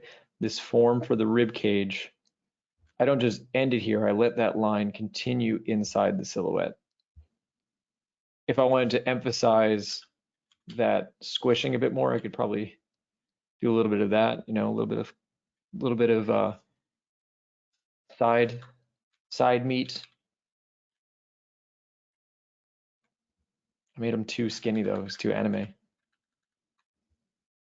Got like 2% body fat in those anime characters. Just out here creating unrealistic body standards. My bad. Yeah, here, like, you could think about it, or another way to think about it too is like the rib cage and the pelvis are you can't compress those forms, right? So the only area that can compress is the space between those two.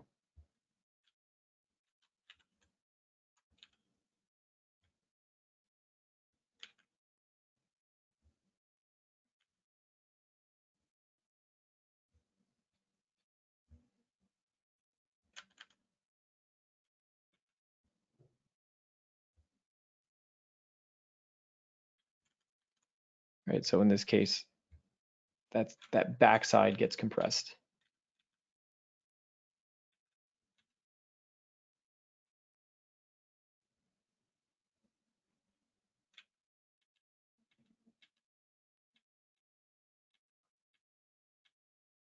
Cool. Any other questions?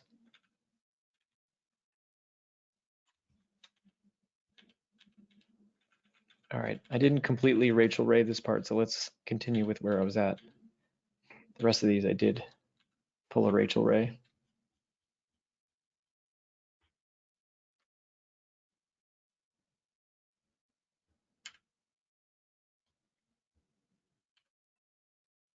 Okay, so in this instance, I have the arms going out to the side.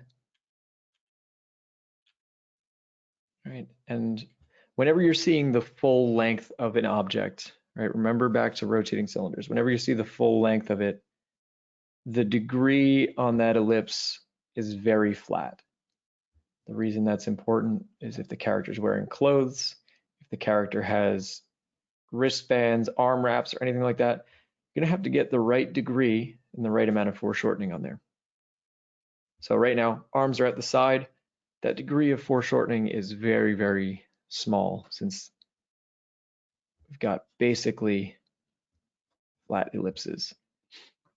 One thing you can notice that I'm doing a little bit is the arms are never 100% straight out like a T-pose, right? There's always a little bit of a bend. So what I'm doing is the upper arm is more linear in the direction that the arm is going, and then the the forearm kind of turns at us a little bit.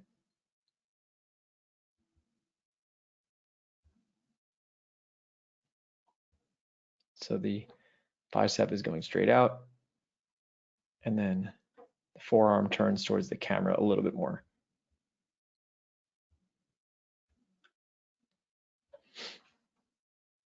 And like I said, if you're not too familiar with the anatomy, for now, just think about it as cylinders. Don't worry too much about the shapes. Cool. And just like in animation, in order to maintain the length of the arm, it's got to follow a circular arc, right? If it just went from there to there, his arm would get longer as it goes up. Okay, let's have the arms go directly out in front now.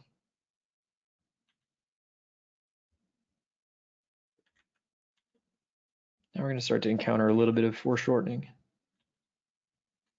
I'm going to flip this over as well.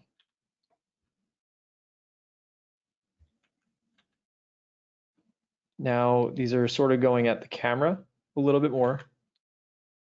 And you know, whenever I'm drawing something that's foreshortening, I tend to start with whatever's closest to the camera.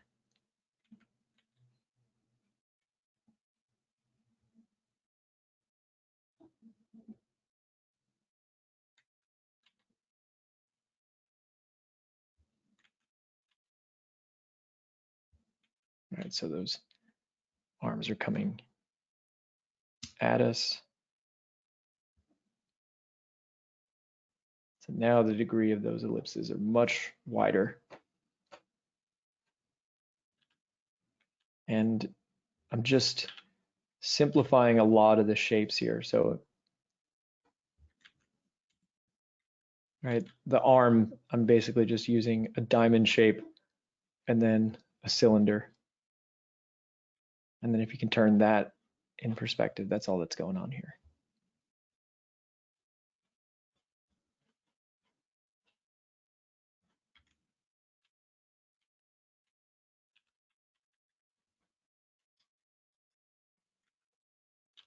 Right, so our range of motion here, pretty easy.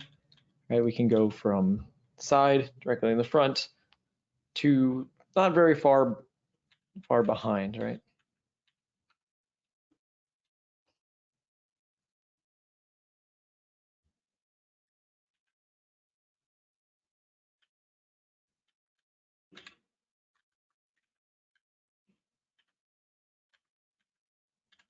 Just slightly back.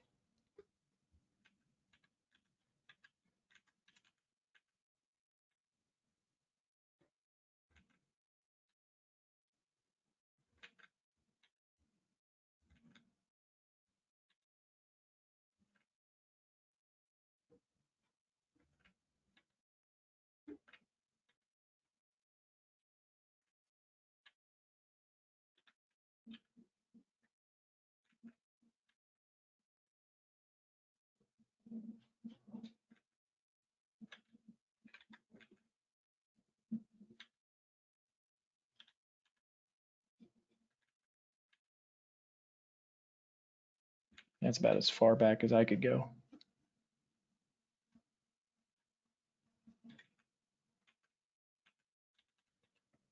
Cool. All right, nothing too crazy there. Just getting used to how those forms rotate in space.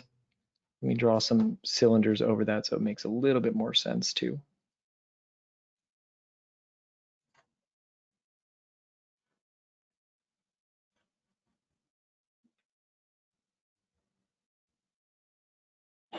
So if the arms are at the side, something along those lines.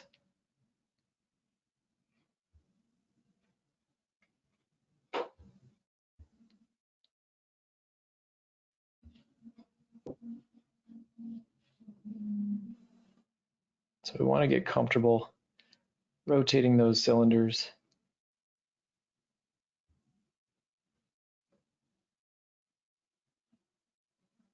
You're gonna hear me say that so many times. You guys are gonna kill me. Do we have questions about how those cylinders work also? Or how I'm figuring that out?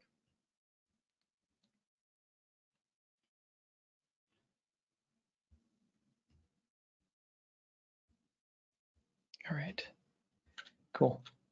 Actually, before we do the head, let's do one more range of motion thing.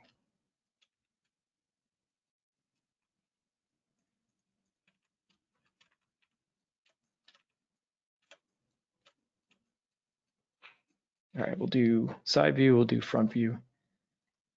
And now, you know, the first one, basically I had it, right now I'm just moving the trunk of the body without moving the arms and legs. It's kind of boring. Nobody really like, I mean, some people move like that, but it's not that exciting. So let's make this more interesting. And while I figure out my layer settings, feel free to ask questions.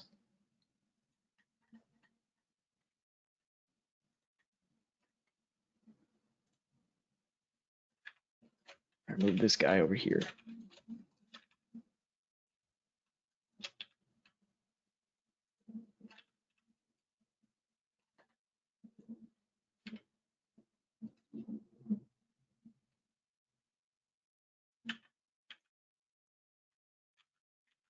Okay.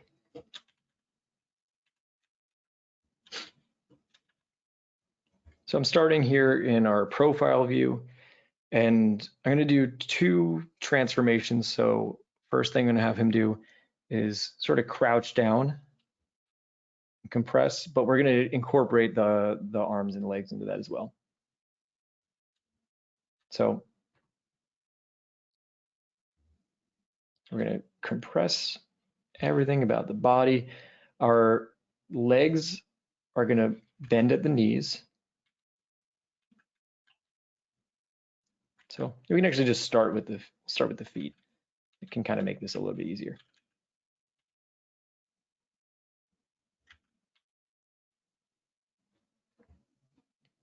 Kind of just going in and doing my final shapes. But if you want to do rough sketches, go do your rough sketches. Totally fine. Normally I would do a rough sketch, but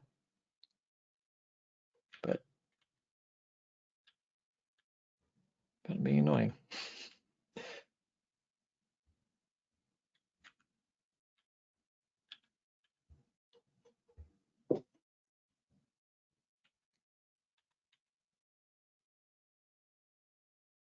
All right, so that butt's going to come down.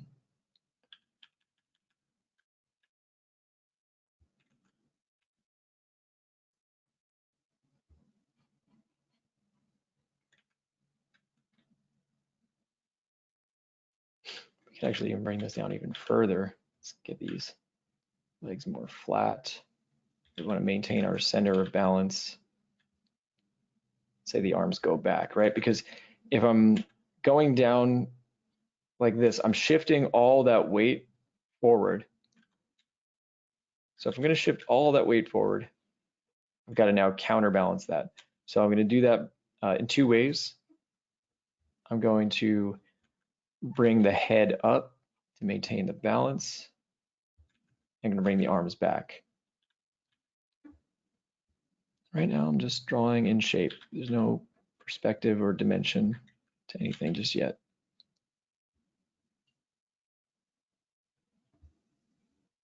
It's another little thing, right? If you're confused about a subject, start in profile or front view. Keep it easy.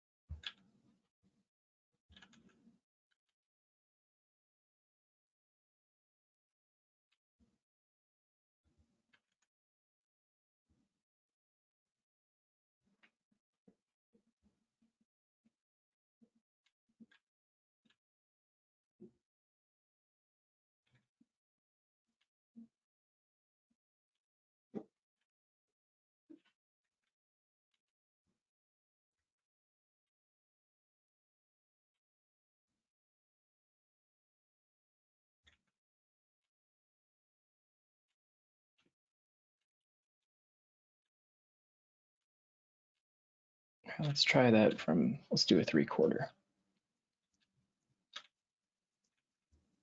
Actually, you know what? I'll finish the arms.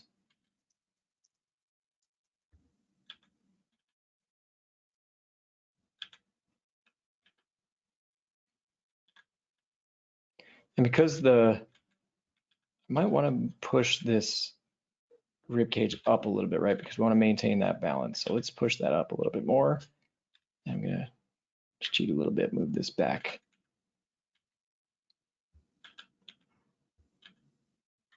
Right, so in this case, pelvis is tilting forward. Kind of want to pull that rib cage back a little bit more to balance out all the forces.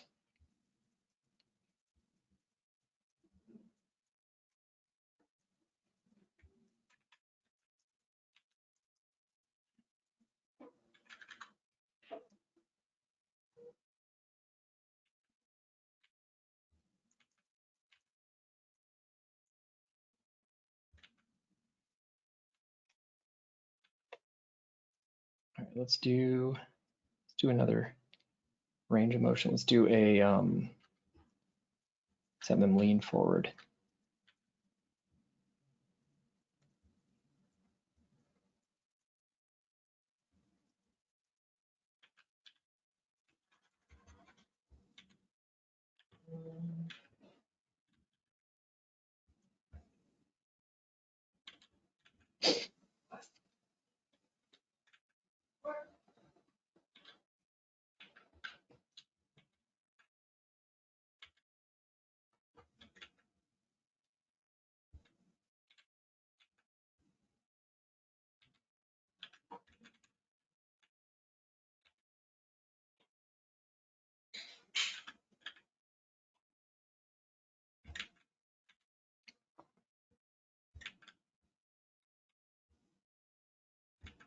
All right, let's bend that far leg.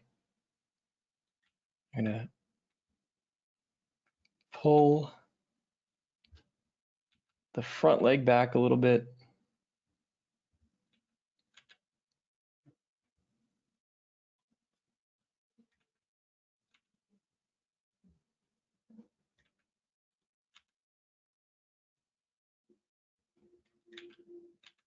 And move the head a little bit.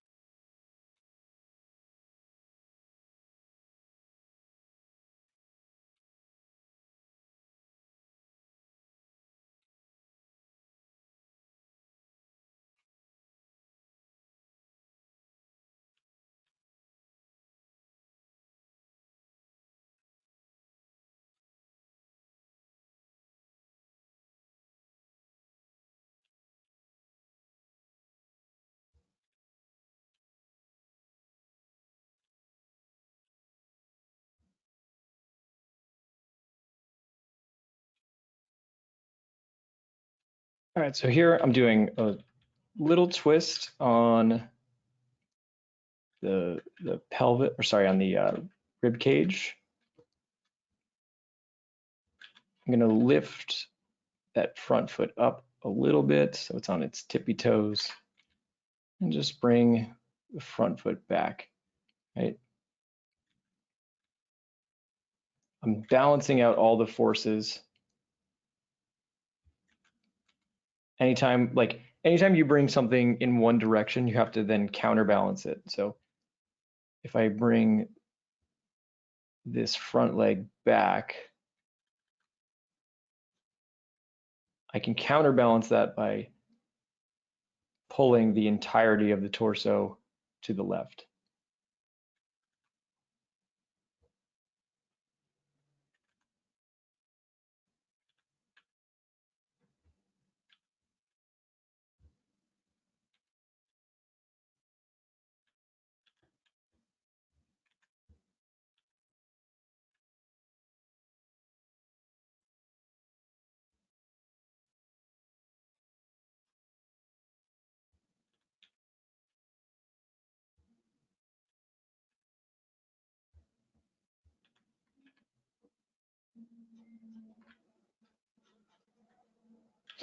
I just want this arm to be up a little bit more.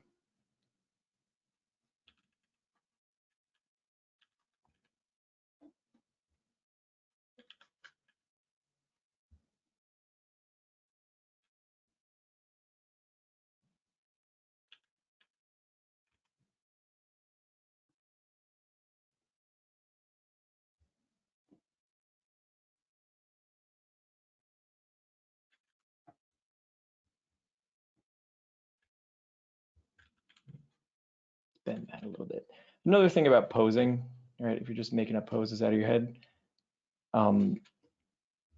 it's important to, anytime you're in a situation where the limbs are 180 degrees, so if you have like arms that are just like this, try to add some bending and nuance to them, right?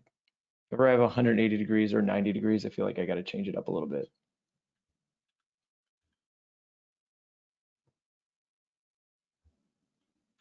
And drawing a profile view is good because it gives you time to just worry about the shapes.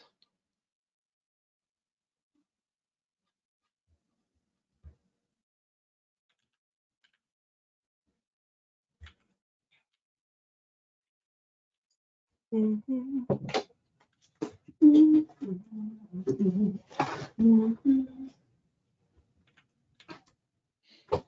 right.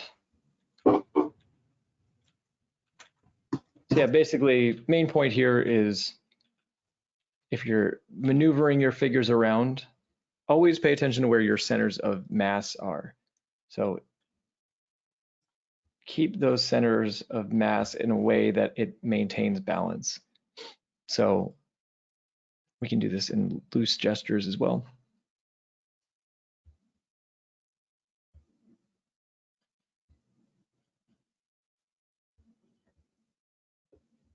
Right, all the forces are keeping the center of gravity directly in the middle, which allows the force to feel balanced. This is the same idea before when we had the rib cage forms and pelvis forms working in opposition to each other, right? Everything is working to maintain that upright position. Going here, same sort of deal. We're maintaining that center of gravity by keeping our weight, right? In this case, everything is angled up to the left, so we should be out of balance, but how do we counterbalance that? Pull that leg back. Brace that front leg a little bit, standing on tiptoes, and pull that arm back. So play around with things. Imagine, imagine yourself doing certain poses and how you would compensate weight-wise. Probably a better way to go about this pose, instead of just like going in directly drawing, feel free to do loose little sketches like this, right? That maintains that gesture. I'll do that next because it's probably better just to do that. You get a little bit more gesture and form, or a more organic looking gesture. Right, because here I didn't really get enough of that curve of the rib cage.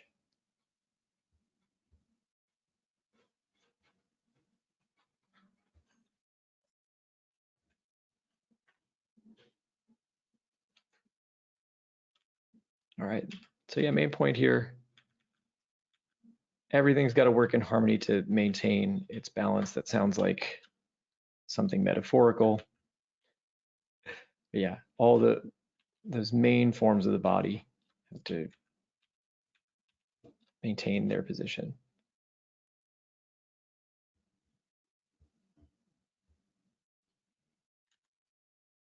Actually, you know what?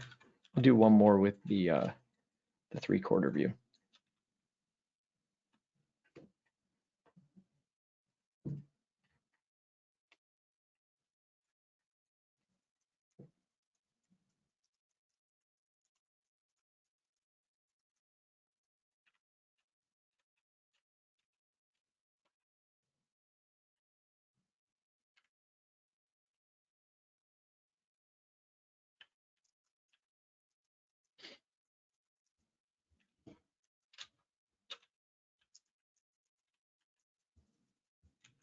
So I'll take my own advice. Just loosely gesture in.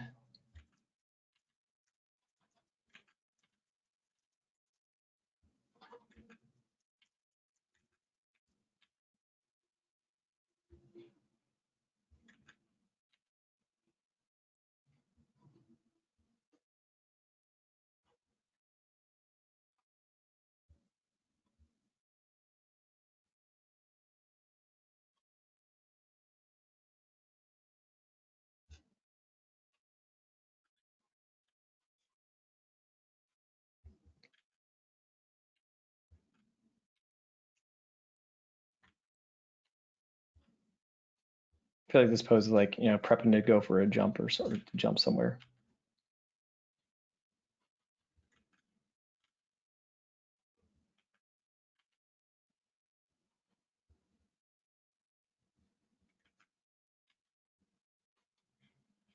All right, and you go about it however you want to do it. You want to make a mess. You want to draw in forms, although definitely would suggest against that. Just did like a nice loose scribble. I'm even going to erase that down so it doesn't even show up too much.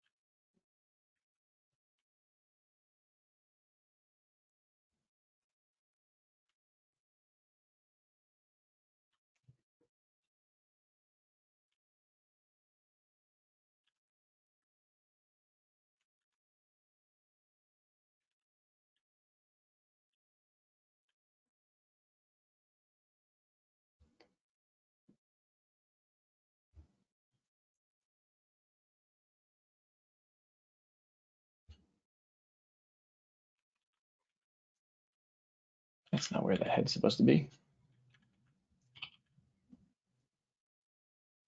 And I'm also tilting that head up.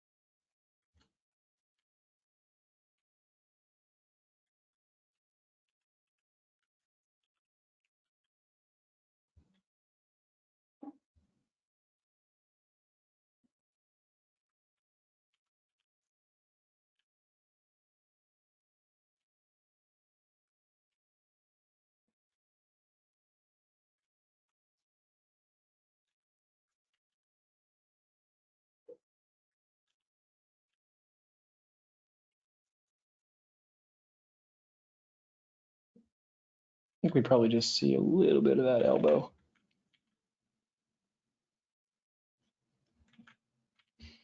All right, not my favorite pose, but whatever.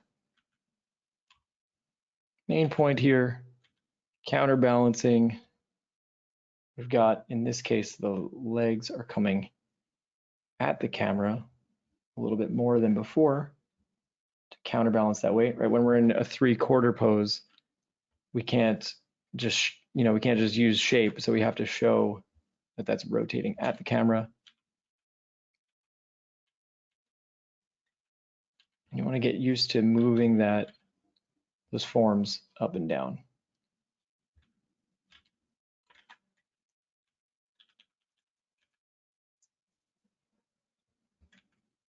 And don't be like me. It's a good idea to use reference. Make your poses cooler.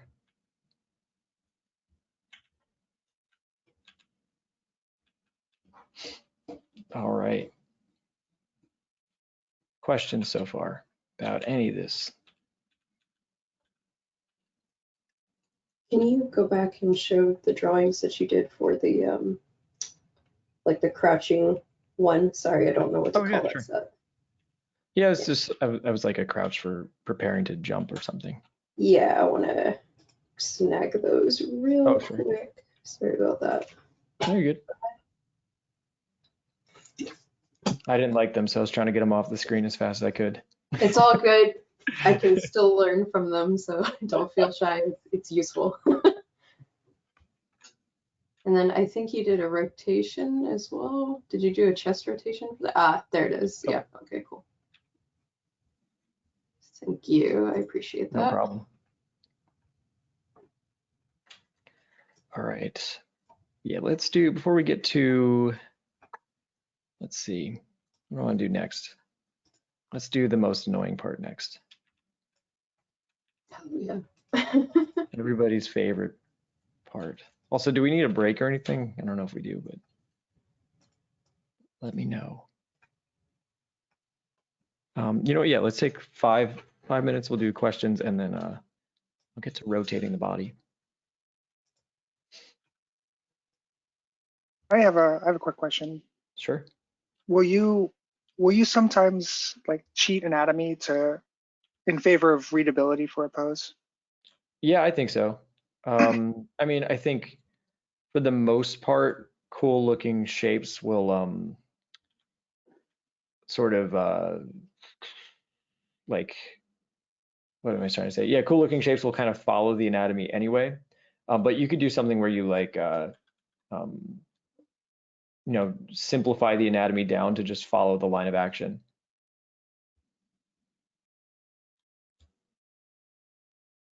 Cool, thanks. Yeah, no problem. I have a question mostly regarding silhouette, like the drawings for the homework. I noticed that I get really caught up in the details, even when I try to consciously try to do them faster. Do you have any tips for simplifying things like that? Let's see. You could give yourself a time limit. You can, yeah, time limits are good. I think another thing is like practice. A good way to practice is like use as little detail as possible. So do exercises where it's like, okay, I'm going to draw an arm, but with a shape that has the minimum number of edges possible. So like draw a forearm, but only using 3 edges. We'll kind of use like a triangle or something. You know what I mean? So you're using simplified polygons. Okay, thank you. No problem.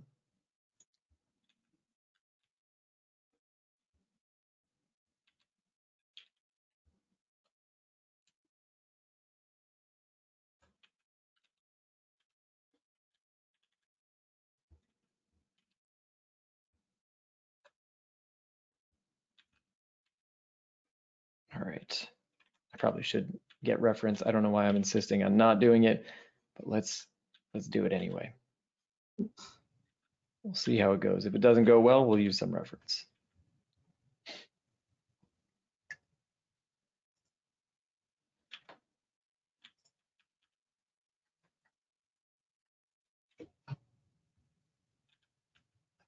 All right.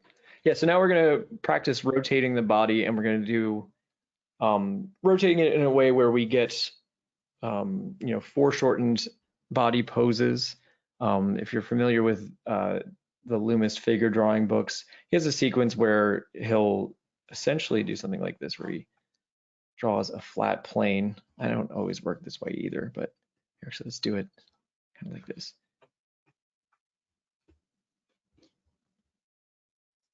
He kind of just draws the figure on a flat plane.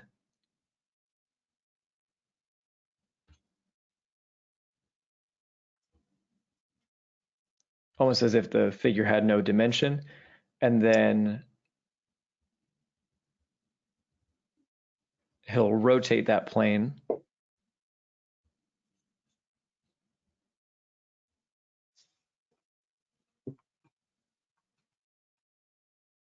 Again, as if the figure had no dimension, and then build up from there. So we're going to do something kind of similar, but now just, basically just drawing the full figure, but rotated in space. So let's start with our 3/4 guy one more time.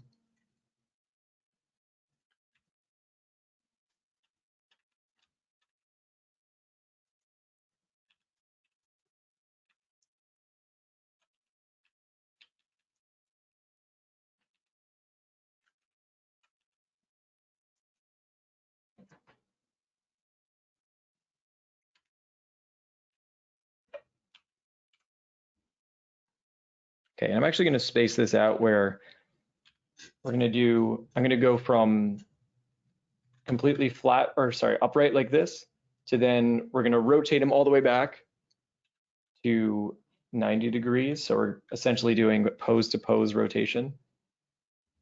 So imagine we take this plane and then we're going to rotate it up and this part down.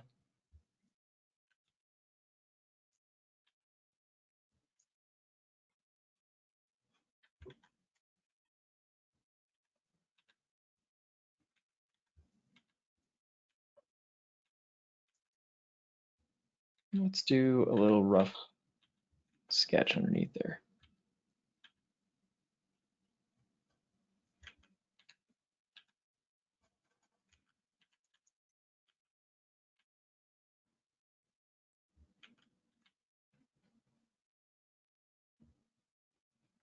What you're going to see with anytime we have this sort of rotation, we're going to get a lot of overlap.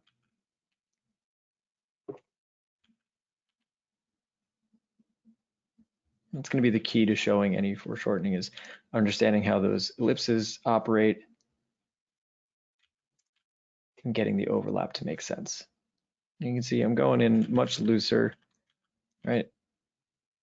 I like, if I'm drawing traditionally, the way I do it is a lot of times I'll just do this where I go in a little bit scribbly, but I'll use like a light colored pencil or something like that. Give me a sense of depth.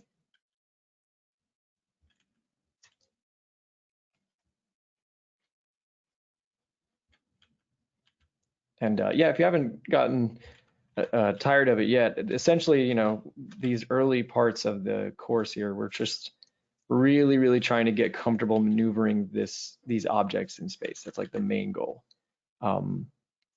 As we get more comfortable with it, we'll start to worry about, how they look, make them more appealing. But this is just the foundation of that.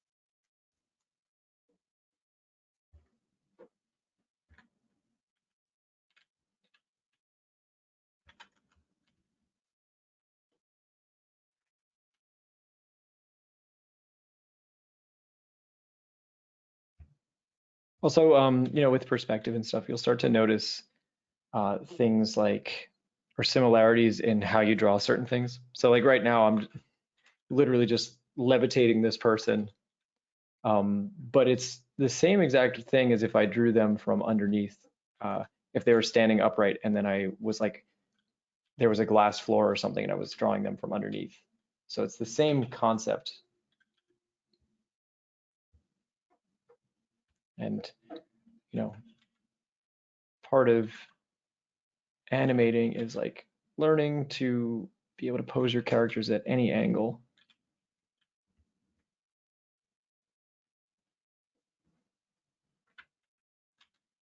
Yeah, we'll do a couple of these and then we'll go do end off with some reference too.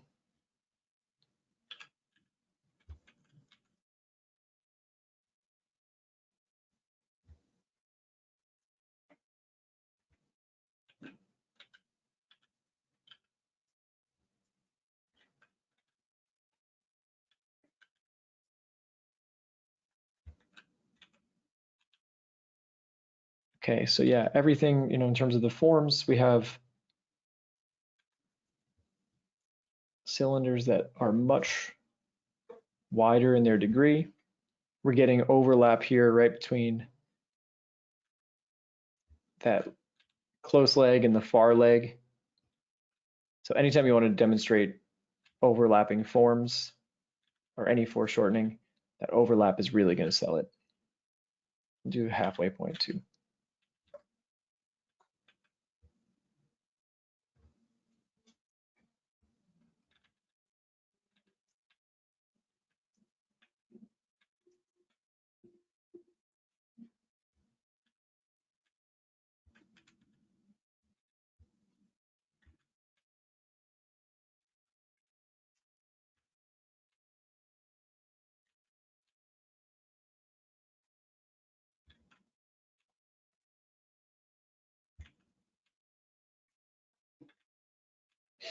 And yeah, you don't have to do this animated for the homework.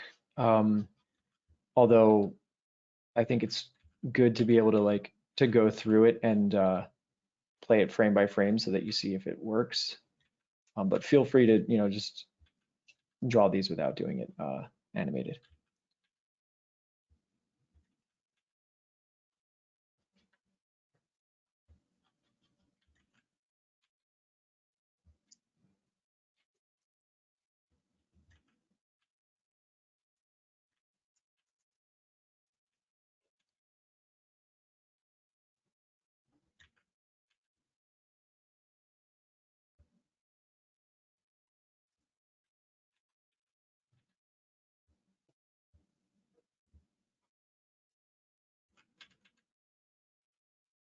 I'm getting a little off my axis there.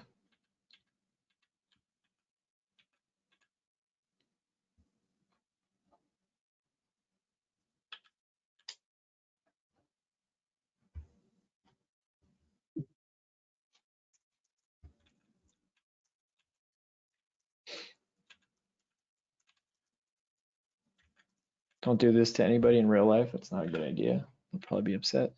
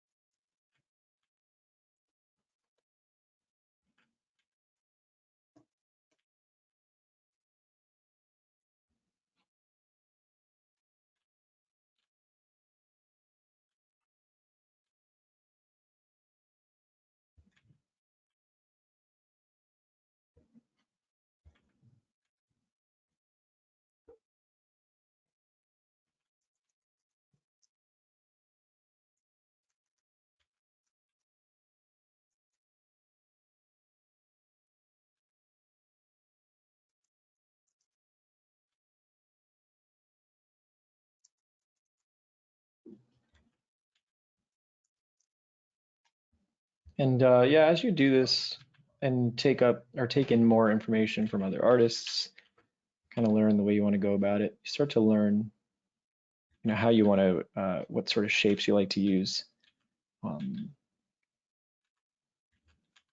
Even just doing this angle, I always have trouble with the camera looking up. So sometimes it's a little bit difficult because you have a changing perspective. And we talked about it last week, how the perspective will change the shape. So you want to find a way to maintain the shape while changing the perspective. A lot of that comes down to maintaining those inflection points as best as you can.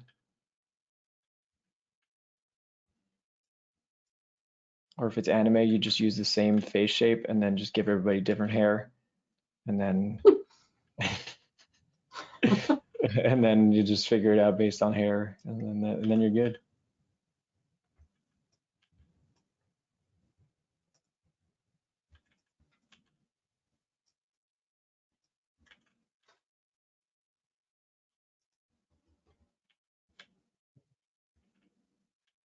I was watching one anime and I was just like, couldn't figure out which character was which.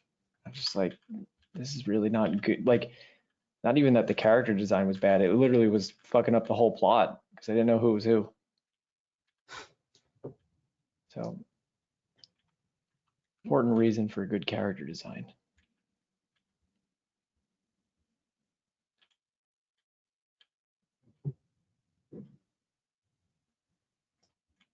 Yes.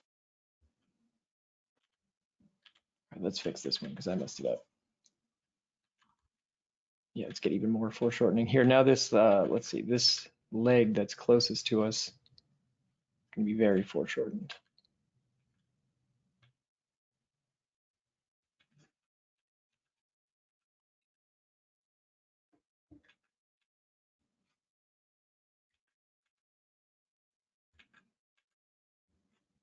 Another little shortcut is, if you've got one leg that's foreshortened or one limb that's foreshortened,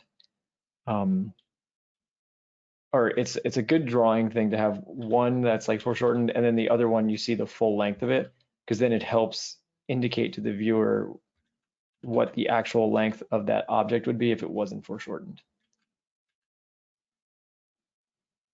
So if ever you're, coming up with poses or something,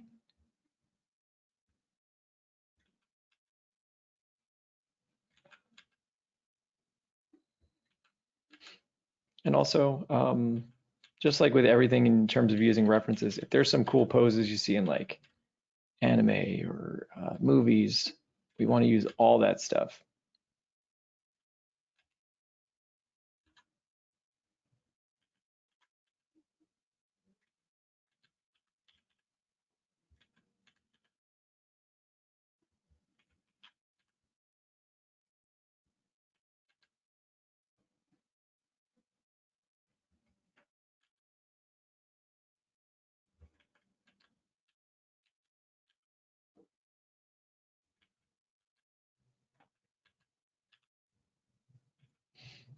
I just had the classic foreshortening error, which is the tendency is to elongate it rather than let everything overlap. So if something isn't overlapping, just make it overlap even more.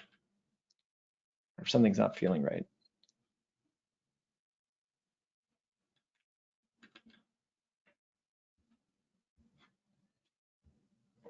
Yeah, the inclination is always like, oh, my brain just wants to see the full length of it, so it naturally doesn't foreshorten. Or like it'll get rid of the overlaps.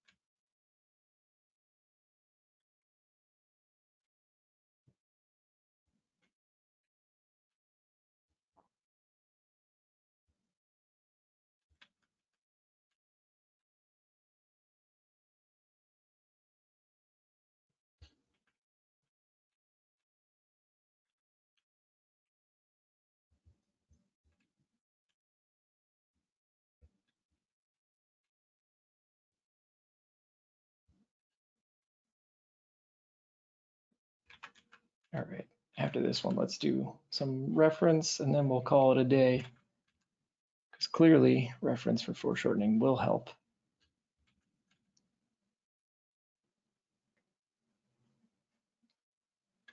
Do we have questions before going into some reference sketching?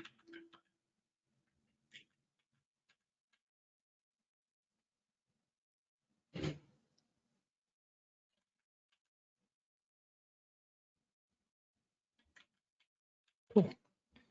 Yeah, so here, main thing or the main takeaways here is got to be able to map the degree that things are changing, right? The more that is coming at the camera, the more overlap there's going to be, and the wider the degree of that ellipse will be. Just like when we're rotating the cylinders, we see less of that length. And in this case, we're barely seeing any of that right leg. And the hips, the form of the hips is basically overlapping the stomach and a bit of that rib cage. James, do you think that would be good to start something like this with more like blocky mannequin shapes or like more organic shapes like you're doing? No, definitely do it blocky if you're not familiar with it. Probably would have even helped here. Let me do it next to it just to get a sense. Feel like just like the degrees of rotation in like poses with like the pelvis and ribs. Yeah, that's like basically the main point I was trying to make from the beginning. You know, use these like blocky mannequins are really, really good for figuring out perspective. So if it's something that you're struggling with, like I just had trouble with that last pose, it could have helped to start with that, you know. Here, actually, let's get some reference. Draw over that. Oh no, I lost some stuff. Yeah, let's get a pose with a lot of foreshortening in it.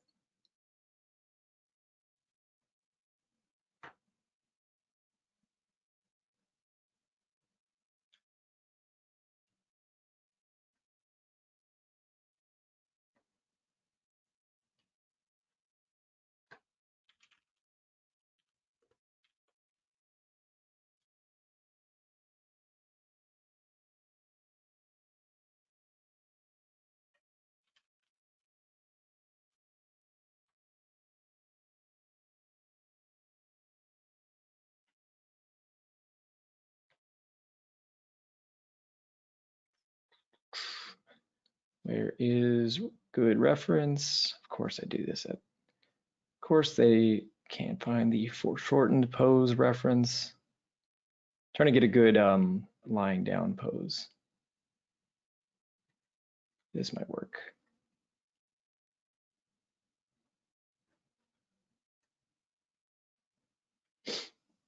Cool. Yeah, so I've got this, what reference pack is this? The Graphic Studio. So we'll do block forms. This one's not as foreshortened as I would have liked it to be, but still pretty good, right? Going back in space quite a bit.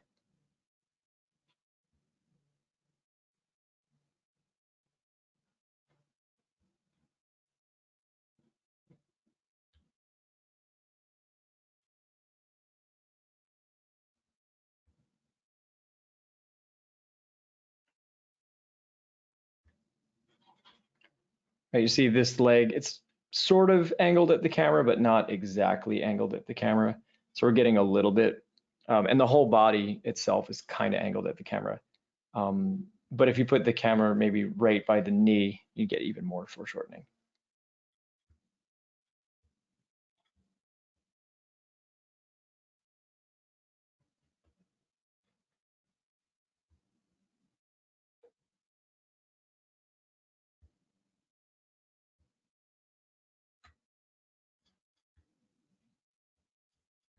Cool, so there's our super blocky, ugly looking one, but very good for perspective.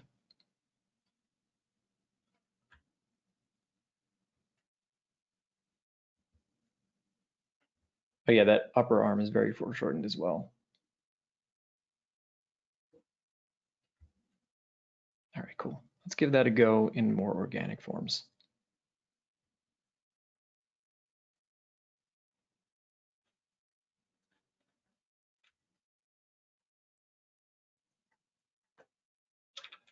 Let's get these muscle boys out of the way.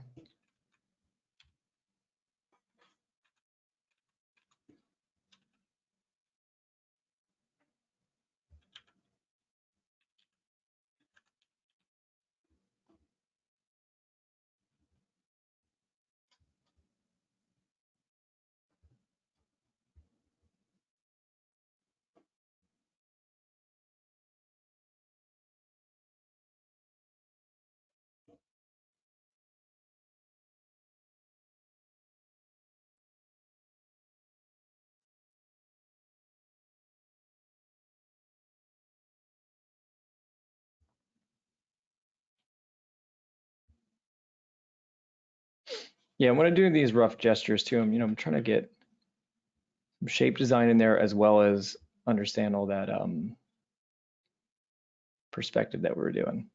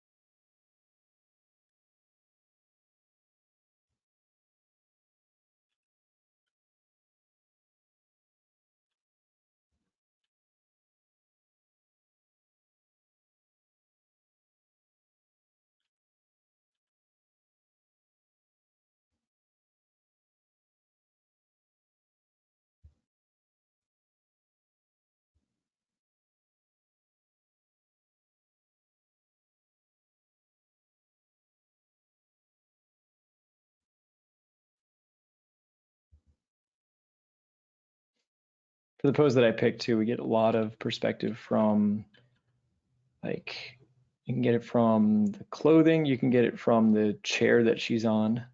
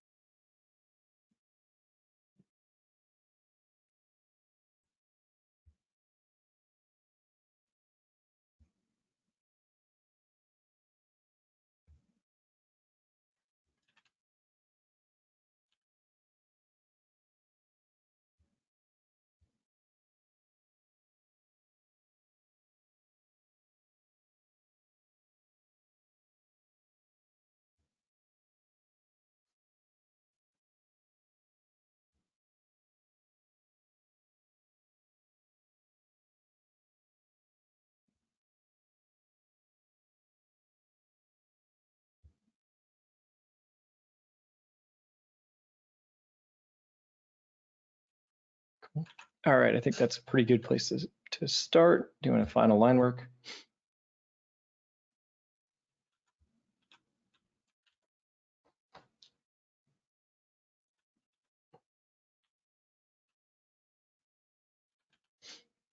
Yeah, I think for next session, I want to start with We'll start with even more foreshortened poses. I didn't have any good ones prepped up.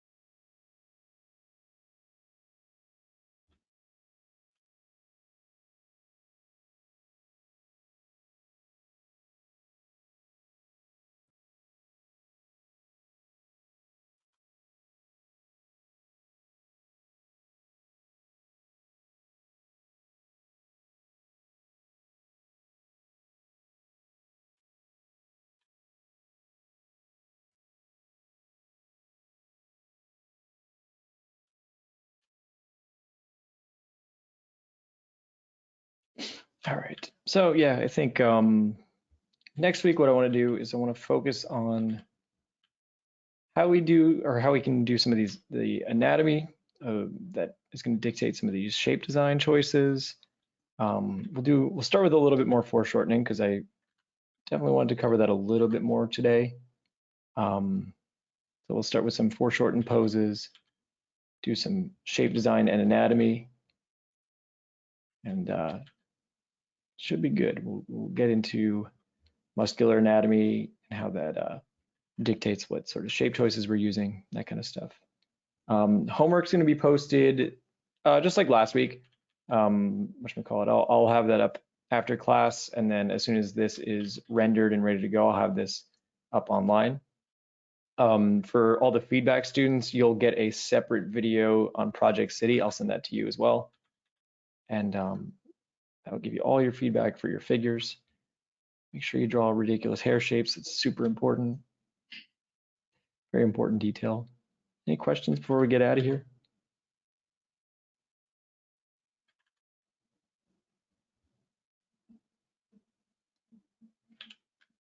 Cool. All right. Main goal this week is, try to play around with, your having your characters move in space. Get more comfortable with those organic forms. And I think the flour sack is extremely valuable. It's going to be really helpful for everybody to start working in a little bit more of an organic capacity.